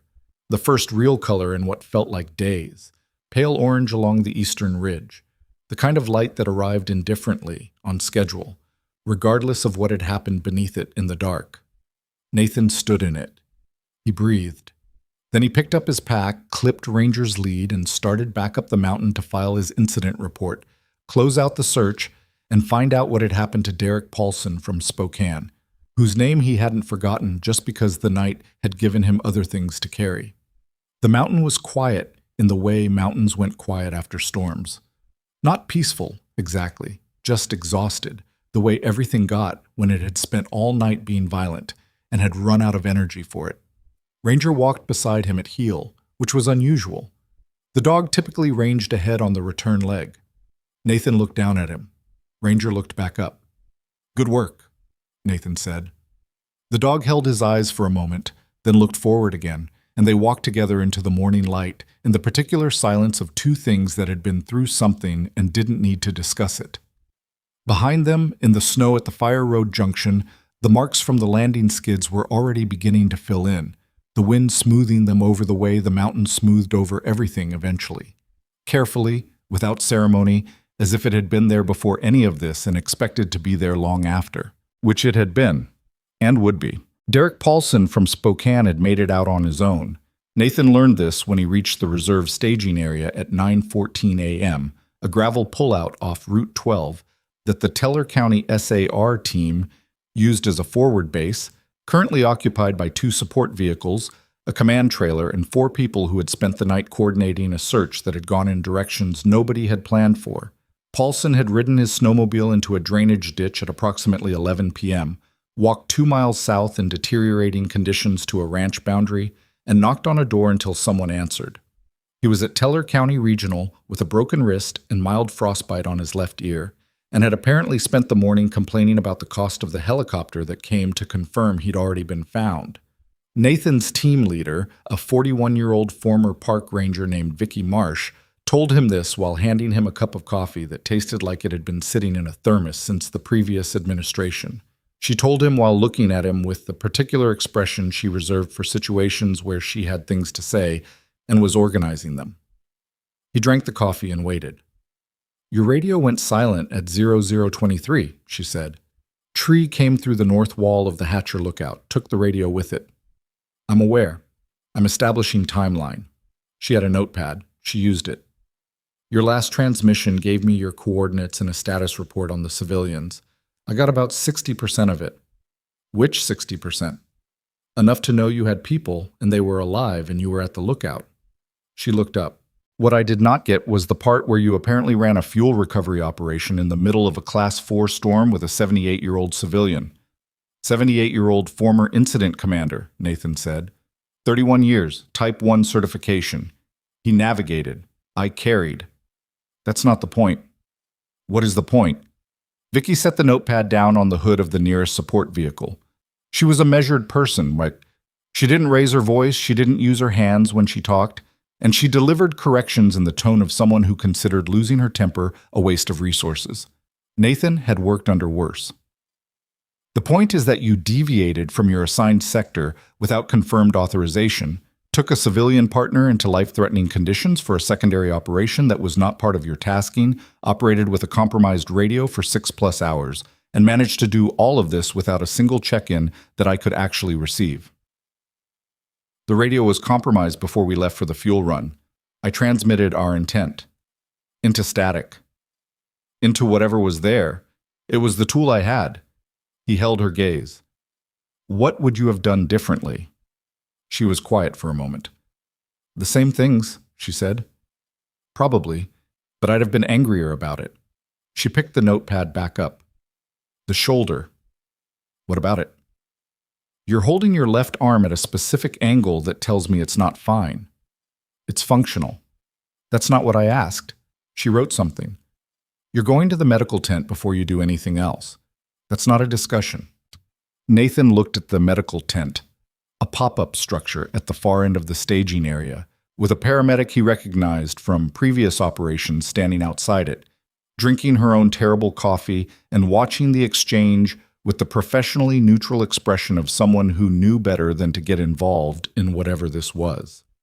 After the incident report, he said, medical tent first. Vicky, Nathan. She said his name the way people said names when they were done negotiating. You pulled a 78-year-old man and his wife through a blizzard with a compromised shoulder, and you did it because it needed doing. And you're the kind of person who does things when they need doing. That's why you're on this team. She paused.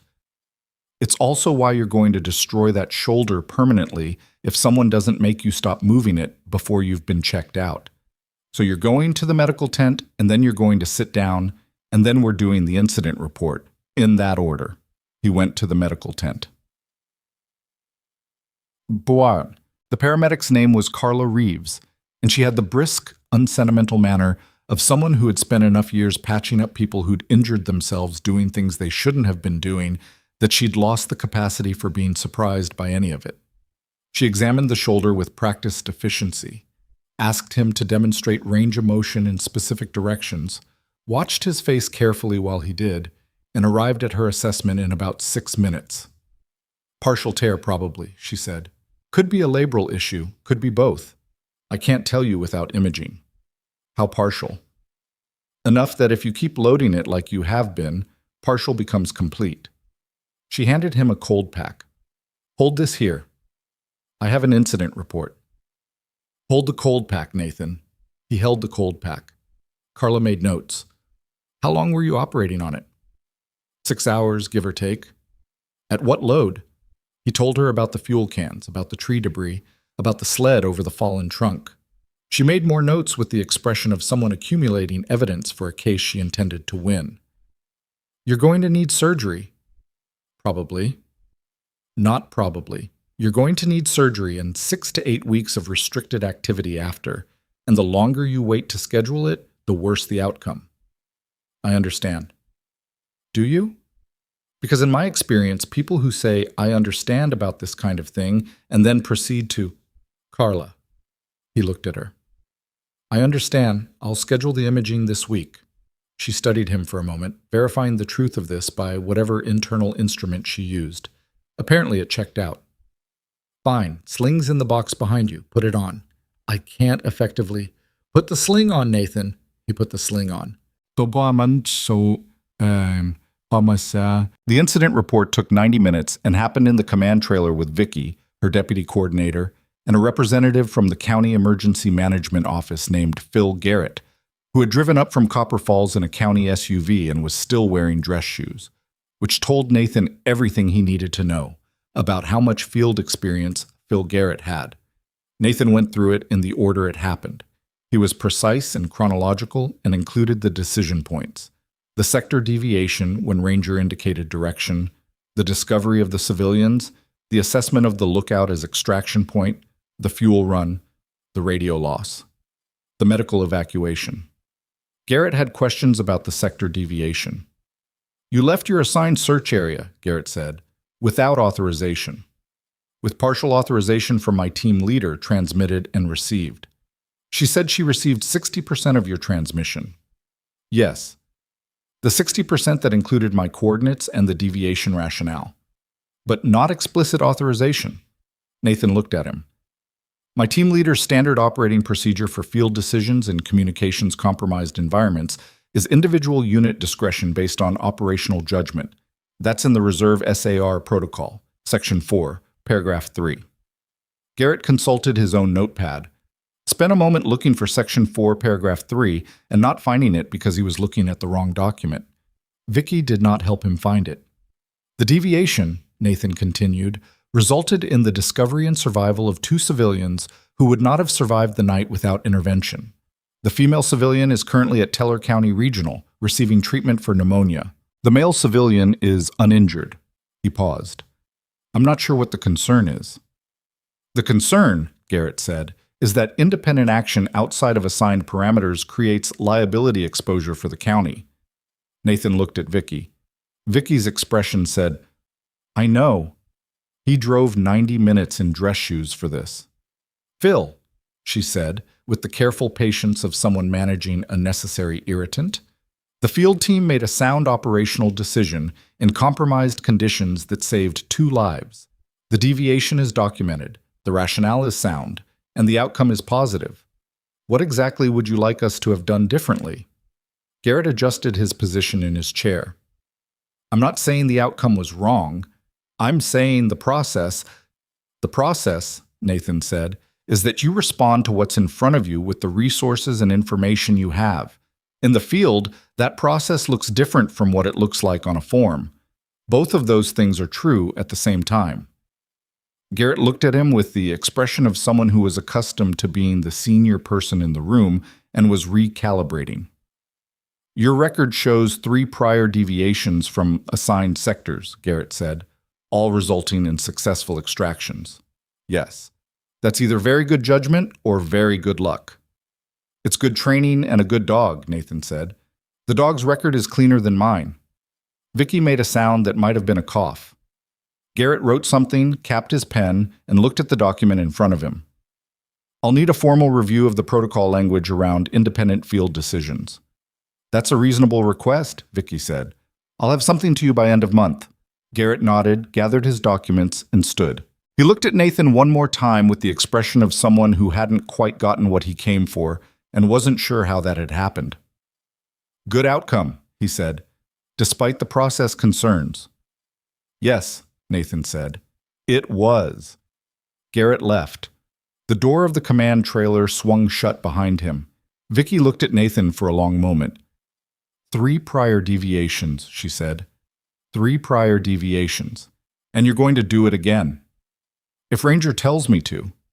She nodded slowly. How is the dog? He's outside eating the rest of my emergency rations. He earned them. He did. She closed the incident report folder. Go home, Nathan. Sleep. Don't use the shoulder for anything. I'll call you when the imaging is scheduled.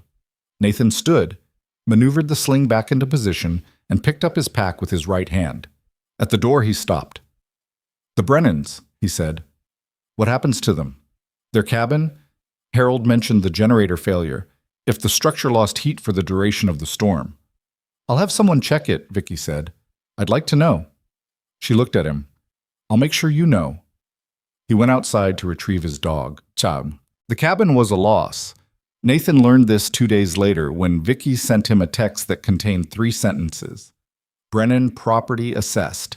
Pipe failure from heat loss during storm caused significant interior water damage. Structural assessment pending, but initial read is not livable. He sat with that for a moment. Then he called the number Harold had given him in the helicopter, written on the back of a fuel depot key tag in the old man's precise, unhurried handwriting. Harold picked up on the second ring. It's Nathan. I know. A pause. Margaret's improving. Fever broke this morning. Nathan let out a breath he hadn't been fully aware he was holding. Good. That's good. Doctor says another 5 days minimum. She's arguing about it already, which the doctor says is a positive indicator. A short silence. I heard about the cabin. I was going to tell you. Vicky Marsh called me this morning. She was very thorough about it. Another pause, and in that pause Nathan heard the particular quality of silence that belonged to a person processing something large without the option of putting it down. We've been in that cabin for 38 years. Nathan didn't say anything because there was nothing to say to that. The structure might be salvageable, Harold continued, in the voice of a man deciding in real time how he was going to frame something that had the potential to break him if he let it be framed the wrong way. Depends on the assessment. The bones of it are sound. I built it myself in 1986. What I didn't build is the plumbing. How are you doing with it? The question surprised Harold. Nathan could tell by the brief hesitation before the answer. People who were asked direct questions about their internal state by people who actually wanted to know sometimes needed a moment to find the honest answer through the reflexive one. I'm doing with it the way you do with things, Harold said. One decision at a time. He paused. Margaret cried when I told her. Not long, just for a minute. Then she asked me what the plan was. What is the plan? I haven't gotten that far yet. A dry sound that wasn't quite a laugh. Give me another hour. Batit. Nathan visited the hospital on the 3rd day. He brought nothing. No flowers, no food, because he didn't know what Margaret was allowed to eat, and flowers seemed like the wrong register for the people he was visiting. He just drove to Teller County Regional in his truck with Ranger in the back seat and went up to the 4th floor and knocked on the door of room 412. Harold opened it. He looked different in the hospital hallway than he had on the mountain. Not smaller exactly, but more visible, the way people who operated well in extreme conditions sometimes seemed reduced by ordinary settings because ordinary settings hadn't been built for what they carried. He was wearing someone else's clothes, a donated tracksuit from the hospital's emergency clothing supply, dark green, slightly too short in the sleeves, and he hadn't shaved, and there were shadows under his eyes that suggested he'd been sleeping in the chair beside Margaret's bed. He looked at Nathan, at the sling, at the empty hand. Come in, he said. Margaret was sitting up. That was the first thing. She was sitting up, not lying down, and the oxygen cannula was gone, replaced by the room's ambient air, which meant her levels were holding without supplementation. Her color was better. Her eyes were the sharp, direct eyes Nathan had been introduced to in a fire lookout at 2 a.m, and that hadn't changed. You look terrible, she said. Thank you, Nathan said. You look significantly better than the last time I saw you. The bar was low. She looked at the sling. How bad? Surgery at some point. It'll keep. Sit down then. You're making the room feel anxious, standing there. He sat.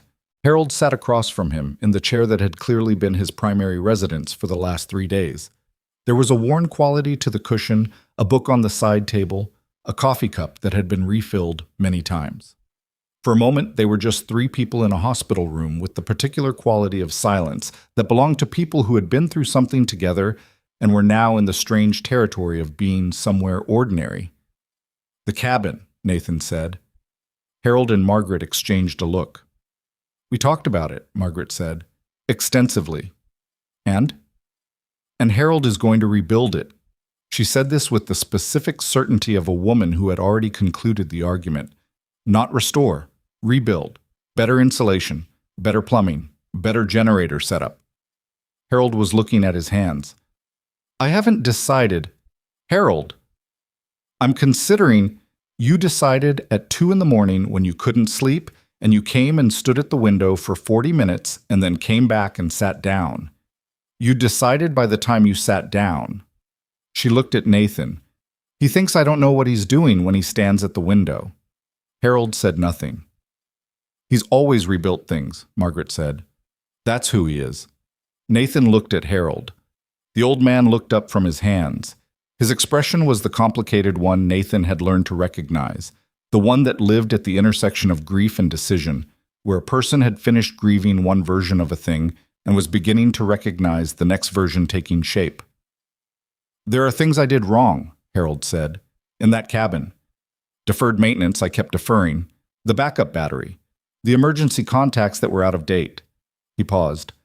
If I rebuild, I don't repeat those. You won't, Nathan said. You don't know that. You're 78 years old and you just pulled your wife through a blizzard on a sled because the alternative wasn't acceptable to you. That's not a person who repeats the same mistake twice. Nathan held the old man's gaze. That's a person who makes new mistakes. Different ones. Harold looked at him for a long moment. Then the complicated expression resolved into something simpler and more rueful. That's not particularly comforting, he said. It's accurate. Harold made the sound that wasn't quite a laugh again. This time it went a little further in the laugh direction. Margaret was watching Nathan with the assessing look. What about you? She said. What happens to you after all this? I go back to work. With the shoulder. After the shoulder. And the other thing. She said it simply, without ceremony, the way she'd said everything. Norway. Nathan looked at her, at the directness of her, at the complete absence of performance in the way she engaged with a thing. I've been thinking about what you said, he told her, in the helicopter. Good. I'm not sure it changes anything. It doesn't have to change anything immediately. She adjusted her position against the pillows, wincing slightly. An unguarded moment, the first truly unguarded moment Nathan had seen from her. Things you've been carrying for years don't put down in a day. You know that. I know that. She nodded at Harold. He knows that better than either of us. Harold was looking at the window. But you think about it differently, she continued. That's enough to start with, thinking about it differently. Nathan looked at his hands, at the sling, at the particular way the hospital light came through the window and fell across the floor in a rectangle that was slowly moving as the morning progressed. He thought about Danny Rice, about the ice, about the assessment he'd made that had been thorough and careful and wrong. He thought about it differently. It didn't put down, but it sat differently than it had been sitting. Okay, he said. Margaret nodded, satisfied. Harold turned from the window. Will you stay for a while? It was a plain question, no weight attached to it, no pressure, just an old man asking a question in a hospital room. Nathan looked at his watch, at the door, at Ranger, who was in the truck 4 floors below, probably sleeping across both back seats with the boneless abandon that the dog reserved for any vehicle interior he'd been left unsupervised in. A while, he said. What? He left 2 hours later. In the elevator going down, he stood with his good hand in his jacket pocket and his bad arm in the sling and watched the floor numbers descend. The hospital sounds filtered in through the elevator doors. the ambient noise of a place where people arrived broken and were put back together to varying degrees of completeness, which was a description that fit more situations than hospitals if you were in the right mood to see it. He wasn't in a dark mood. He was in a specific mood that didn't have an easy name, something at the far edge of tired, past the point where tired was the dominant experience, and into the territory where tired became a kind of clarity. He'd felt it before after long operations. The world had a particular quality in that state, edges sharper, distance more present, things that normally generated noise going quiet. He got to the truck. Ranger raised his head from the back seat, assessed the situation, and put his head back down. "Yeah," Nathan said. "Me too." He drove back toward Iron Ridge. The road ran north through rangeland that was white and open and enormous in the way of Montana in January. The sky a hard, specific blue, the kind of blue that only existed at altitude after a weather system had scrubbed the air clean. The mountains cutting the southern horizon in profiles he'd been learning for 3 years and hadn't finished learning. He drove with the radio off. His phone buzzed with a text from Vicky. "Imaging scheduled Thursday, 900. Don't be late." He texted back, "Copy." Another text a few minutes later from a number he didn't recognize. He read it at a red light in the town of Ridgeway, 14 miles from the reserve. "This is Harold. Margaret doesn't know I'm texting. I wanted to tell you something without her correcting my phrasing." Nathan waited. "That badge I wore for 31 years. I took it out of the drawer last night for the first time in 6 years. Didn't put it on, just held it for a while. I think I needed to do that before I can think about putting it on again. Thought you might understand why I'm telling you that." Nathan read it twice. Then he set the phone down and drove the rest of the way in silence, through the rangeland and into the timber, back toward the mountain that had tried to kill them and failed, and was now just a mountain again, white and vast and indifferent in the blue January morning. He understood. Thursday's imaging appointment confirmed what Carla had said. Partial rotator cuff tear, anterior labrum involvement, the kind of damage that accumulated over years of hard use and announced itself all at once when given the right provocation. The orthopedic surgeon, a precise, unhurried woman named Dr. Anita Voss, who had the manner of someone who had delivered this specific news many times and had learned to deliver it without either softening or dramatizing it, told Nathan he had 2 options. "Conservative management," she said, "which means rest, physical therapy, and about a 40% chance we avoid surgery. Or we schedule the repair now, do it clean, and you have a 90% chance of full function in 6 months. What's the other 10%? Complications, incomplete healing, individual variation. The body doesn't read statistics." She looked at him over the imaging results. "What's your work demand on that shoulder?" He told her. She nodded. "Schedule the repair." "When?" "How's 3 weeks from today?" He looked at his calendar. At the 2 active cases Vicky had already reassigned to other team members because of the sling. At the reserve, which would be there in 6 months, the same as it was now. 3 weeks, he said. He called Vicky from the parking lot. "Surgery in 3 weeks, he said when she picked up. "Good." A pause. "How are you doing with the downtime?" "Poorly." "I know. Try anyway." Another pause, longer. "I got a call this morning from a journalist at the Teller County Courier. Young woman, 20-something, she's been working the story about the Brennans." Nathan was quiet. "She wants to talk to you," Vicky said. "I told her I'd pass it along and that you'd decide." "What's she writing?" "Local survival story, seems like." She reached out to Harold first. He apparently told her some of it, then told her to talk to the dog handler. Vicky's voice carried the particular dry quality it had when she found something quietly amusing. "He called you the dog handler." "That's accurate." "You want her number or not?" He thought about it. He thought about what happened when stories like this got written, the flattening that occurred, the way complex and ugly and frightening things became clean and inspiring on the page, stripped of the parts that were hard to read over breakfast. "Give her the number," he said. "I'll talk to her once." The journalist's name was Claire Duvall, 24 years old, 6 months out of the University of Montana journalism program, currently writing for the Courier at a salary she'd mentioned with the frank embarrassment of someone who had decided the work mattered more than the pay. She met Nathan at a coffee shop in Ridgeway on a Tuesday afternoon, 10 days after the storm, with a digital recorder and a notebook and a specific quality of attentiveness that Nathan recognized from good intelligence officers, the kind of listening that didn't telegraph itself, that just took everything in and sorted it later. She'd already talked to Harold. She'd talked to Vicky. She'd read the incident report, which was a matter of public record, and she'd done enough background research that she didn't ask questions Nathan would have had to answer carefully. She asked him, "What made you trust the dog's deviation over your assigned route?" He said, "Experience with his error rate." She asked, "When you found them, what was your read of the situation?" He said, "Two people who were going to die if the next several decisions were wrong." She asked, "Were you scared?" He looked at her. She held the look without backing down from it, which told him something. "Fear in that kind of situation is just information," he said. "Your body tells you what the stakes are. You use it, or it uses you." She wrote something. "Harold Brennan told me you talked about a Marine you lost. In Norway." Nathan was quiet for a moment.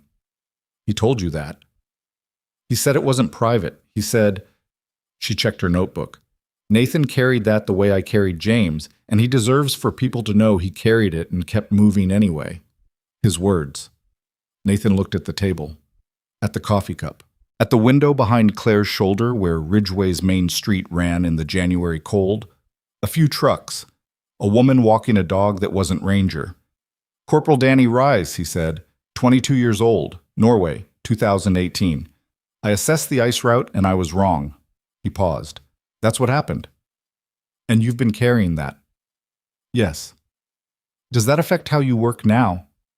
He considered the honest answer. "It makes me more careful. Whether that's because of the guilt or the lesson, I'm not sure the distinction matters." Claire wrote something, then she looked up.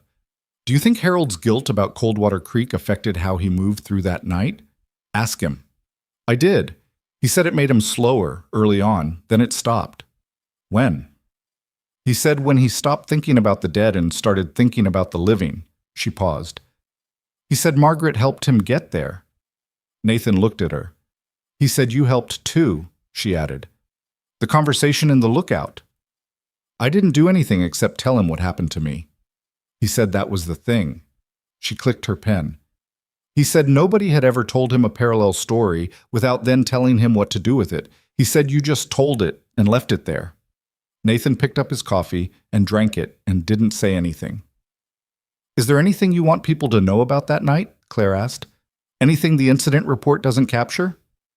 He thought about Ranger going out the door at 11 minutes past 2 in the morning into a blizzard with a scent trail that should have been impossible and coming back with a medical bag that had been buried under a fallen pine trunk. He thought about Harold building a fire in a damaged stove in a damaged structure with the efficiency of someone who had been building fires in difficult places for 5 decades.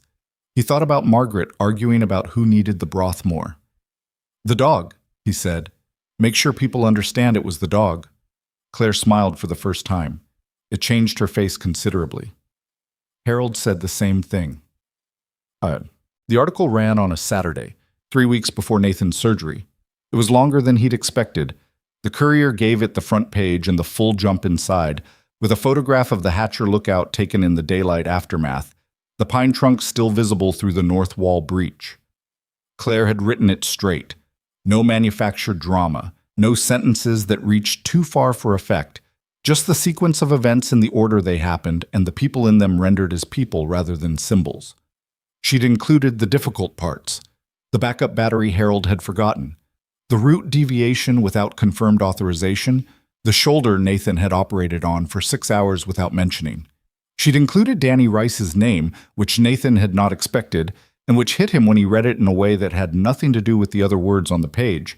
She'd included James Whitfield's name, and his daughter's name, which was Ellie, and which Harold had apparently given her, and which appeared in the article in a single sentence that managed to carry the full weight of what that name meant without using any additional words to explain it.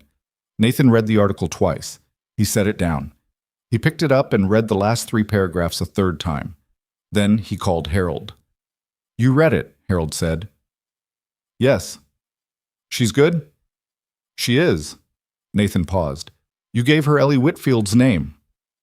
I've been saying her name to myself for 15 years, Harold said. I thought it was time to say it somewhere that wasn't just inside my own head. Nathan didn't say anything. Margaret suggested it, Harold added. She said James deserved to be more than a weight I carried. She said Ellie deserved to exist in the story rather than just in the absence. A pause. She was right. She usually is. How's she doing? Home tomorrow, if the last blood panel comes back clean. The change in Harold's voice at this was not dramatic. It wasn't the voice of a man who'd been reprieved at the last moment, with all the theatrics that implied. It was quieter than that. The voice of a man who had looked at the alternative and now understood the present moment differently. She's been telling the nurses how to do their jobs. Good. 3 of them seem to have taken it well. One of them has started avoiding the room. A pause that was also, faintly, a smile. We're calling that a draw. Nathan looked out the window of his cabin at the January light on the snow. The rebuild, he said. Have you started planning it? I have a friend, Tom Bakke, contractor, been building in this county for 30 years. He went out and did a walkthrough yesterday.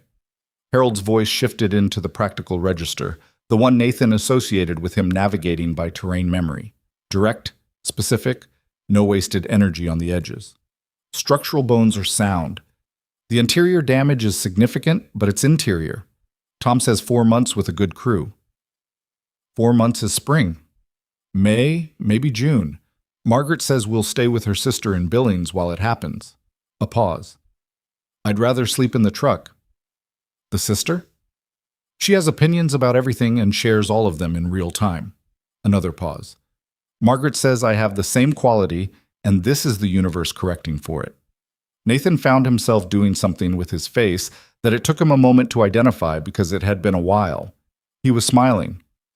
Nathan, Harold said. Yeah. Thank you for what you did. He said it plainly, without preamble, the way Harold said most things. Not just the medical evacuation, the whole night, the fuel, the conversation. A pause. The part where you didn't make me feel like an old man who should have stayed home. You're the reason we made it out. We're the reason we made it out. Harold's voice had a particular quality now. Not sentimental, not heavy, but specific. The way the voice of a person who had put something down sounded different from the voice of the same person still carrying it. Turns out, that's usually how it goes. Down. The article did something Nathan hadn't anticipated.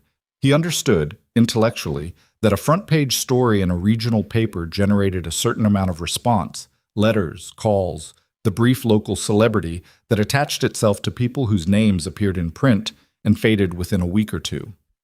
He'd been in incident reports that generated press before. It was noise, and then it stopped. This was different. The calls to the reserve SAR line started on Sunday and continued through the week. Not a flood, but a steady stream, and not the kind of calls Nathan expected. People who had been on fires Harold commanded in the 90s and wanted to know how he was. A retired Forest Service supervisor who had worked with Harold on the Coldwater Creek investigation and who, in a message he left with the reserve office, said things about that investigation that Nathan passed on to Harold without editing them. Families who had been evacuated from the Buckhorn fire in 2004 and credited Harold's command decisions with the fact that their houses were still standing. And something Nathan hadn't expected at all, a woman who left her name with the reserve office as Ellie Whitfield Carson, now 31 years old, now living in Missoula with her husband and a daughter of her own, who had read Claire's article and who said, in a message that the reserve office coordinator read to Nathan verbatim because she'd been moved enough by it to write it down exactly. My mother told me my father died doing the job he chose and was proud of. She never blamed the incident commander. She said James would have hated for anyone to spend their life in grief over a decision he made himself. I don't know Harold Brennan, but I'd like him to know that we don't carry what he's been carrying. We never did. Nathan drove to Billings that Saturday. Harold and Margaret were at the sister's house, a neat ranch style in a suburb south of downtown that had, as advertised, a quality of extreme tidiness that suggested someone who maintained strong opinions about where objects belonged. The sister, whose name was Ruth, and who was 74, and had the quick, slightly combative intelligence of someone who had spent a lifetime being the sharper sibling and knew it, let Nathan in at the door and looked him over with the frank assessment of someone who had been hearing about him for 2 weeks. "You're taller than I expected," she said. "I get that sometimes. Margaret said you were the quiet type." "I'm standing here." Ruth considered this. "Come in." Harold was in the kitchen. He looked better than he had in the hospital. Shaved, dressed in his own clothes, the particular posture of a man who was uncomfortable in someone else's space, but was managing it with the pragmatism of someone who'd spent decades in base camps and fire command tents that weren't his either. He looked at Nathan when Nathan came in and read something in his face and said, "What happened?" Nathan told him about Ellie Whitfield Carson. He told it straight, the way Claire had written the article, just the facts in order, without inflection, because Harold didn't need inflection to understand what the words meant, and adding any would only get in the way. Harold sat down in one of Ruth's kitchen chairs. He sat there for a while. Nathan stood at the counter and didn't fill the silence, because the silence wasn't empty. It was doing something the way silence did when a weight that had been in place for a long time finally shifted, and the surrounding structure needed a moment to adjust to the change in load. Margaret appeared in the doorway from the hall. She looked at Harold, at Nathan, back at Harold. She came and sat beside him and put her hand over his on the table. Harold looked at her hand, at the table, at some middle distance that wasn't in the room. Then he said quietly, 15 years. "I know," Margaret said. 15 years carrying something that... He stopped, breathed. "She doesn't carry it." "No." "Her daughter." His voice had something in it that Nathan couldn't name and didn't try to. "James's granddaughter. She doesn't know about any of it. She's probably 4 years old. She's just..." He stopped again. Margaret's hand tightened on his. "She's just a kid," Harold said. "Growing up." The kitchen was very quiet. Outside, Ruth's backyard was visible through the window. A square of January lawn, a bird feeder, a child's swing set belonging to a neighbor, moving slightly in the wind. Nathan looked at it. Harold looked up at him. His eyes were red at the edges, but his face was, underneath the emotion, something Nathan hadn't seen in it before. Something that had been under the weight that was no longer there. "Thank you for driving up," Harold said. "I wanted to tell you in person." "I know you did." Harold looked at the table again, then back up. "Will you stay for lunch? Ruth makes an excellent case for her own cooking." From the hallway, Ruth's voice, "I can hear you." "I know you can," Harold called back. "That's why I said it that way and not the other way." A pause from the hallway, then the sound of a refrigerator opening. Nathan sat down at the table. The surgery was on a Wednesday, 6 weeks after the storm. Dr. Voss told Nathan afterward, in the recovery room where he was still working through the anesthesia, that the repair had gone cleanly and that with consistent physical therapy, he should have near full function by August. She said it in the brisk, accurate way she said everything. Nathan said thank you and meant it simply, without the complicated relationship he usually had with receiving assistance from other people. Vicky visited the following Saturday with paperwork and, somewhat incongruously, a bag of oranges, because she said she'd read somewhere that vitamin C helped with surgical recovery and she hadn't known what else to bring. "The protocol review," she said, setting the oranges on his kitchen counter. "Garrett's office came back with proposed language. Is it reasonable?" "Mostly. He wants a documentation requirement for deviations over a quarter mile. That's workable." "I told him you'd say that." She sat in the chair across from the couch where Nathan was currently installed with his arm immobilized against his chest. "He also asked about you specifically, whether you were planning to continue with the team." "What did you tell him?" "That you'd be back in August and he should plan accordingly." She paused. "Was I right?" Nathan looked at the window, at the view he'd had from this couch for 6 days. The pine trees at the edge of his property, the particular angle of late winter light on snow that was starting to go granular and wet at the surface, the small signs that February was beginning to consider the possibility of March. Ranger was outside on the porch, lying in a patch of sun with the boneless contentment of a dog who had decided that the current moment was satisfactory and required nothing further from him. "Yes," Nathan said. "You were right." Vicky nodded and didn't make anything of it. Harold broke ground on the cabin in early May. Tom Bakke arrived with a crew of 4 and equipment that was more substantial than Harold had expected, and the work that followed was loud and intrusive and disrupted the quiet of the property in a way that Harold had to actively make peace with every morning for the first 2 weeks. Then he stopped having to make peace with it and started watching with something that wasn't quite enjoyment but was adjacent to it, the progressive satisfaction of a person who had built things and recognized the stages of building.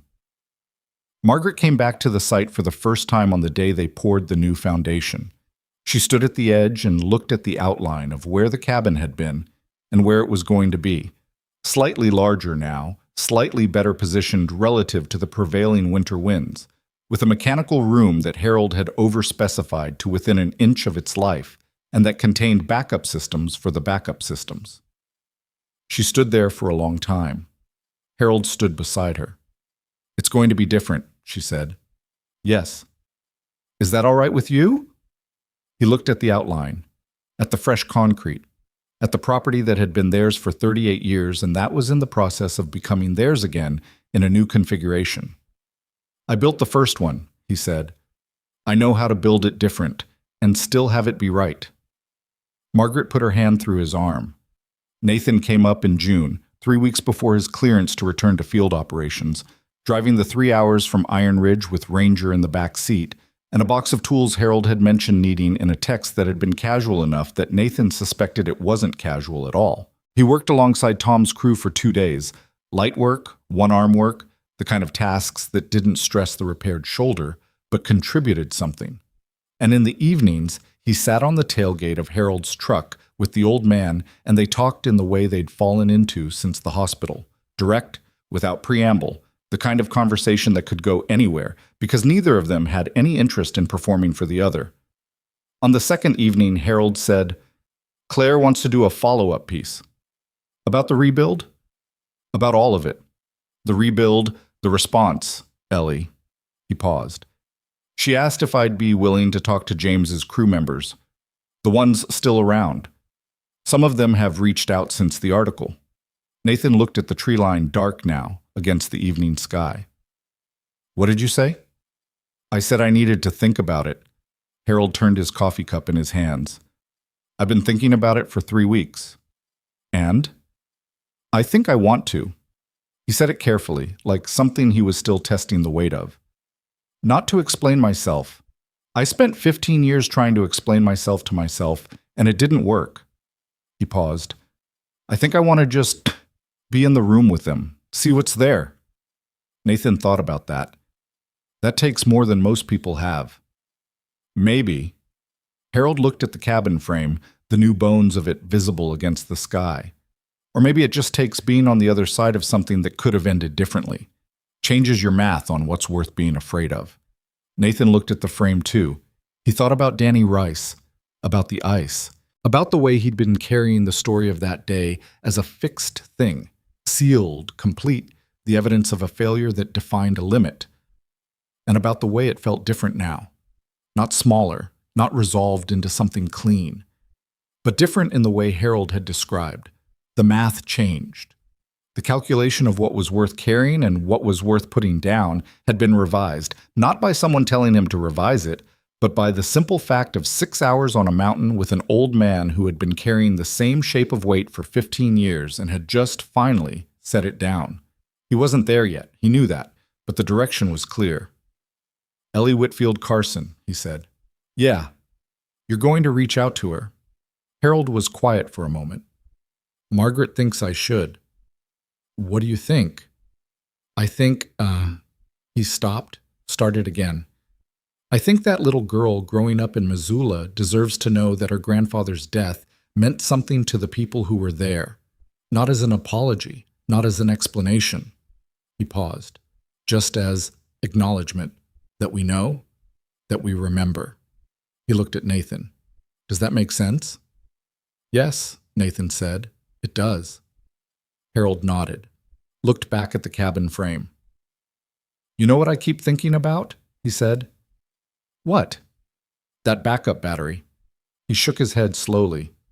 $20 item. Sat on my list for 3 months. Harold, I'm not beating myself up about it. I'm just saying. He turned the coffee cup. All of this, everything that happened, started with a $20 battery I kept forgetting to buy. He paused. I've ordered 12 of them. Margaret says that's too many. How many did you order? 12. For a single oxygen concentrator. And every other device in the new cabin that takes a backup battery. He looked at Nathan with the expression that had a rueful humor in it now, more visible than it had been in January. Margaret is calling it the battery wall. Nathan looked at him for a moment. Then he started laughing.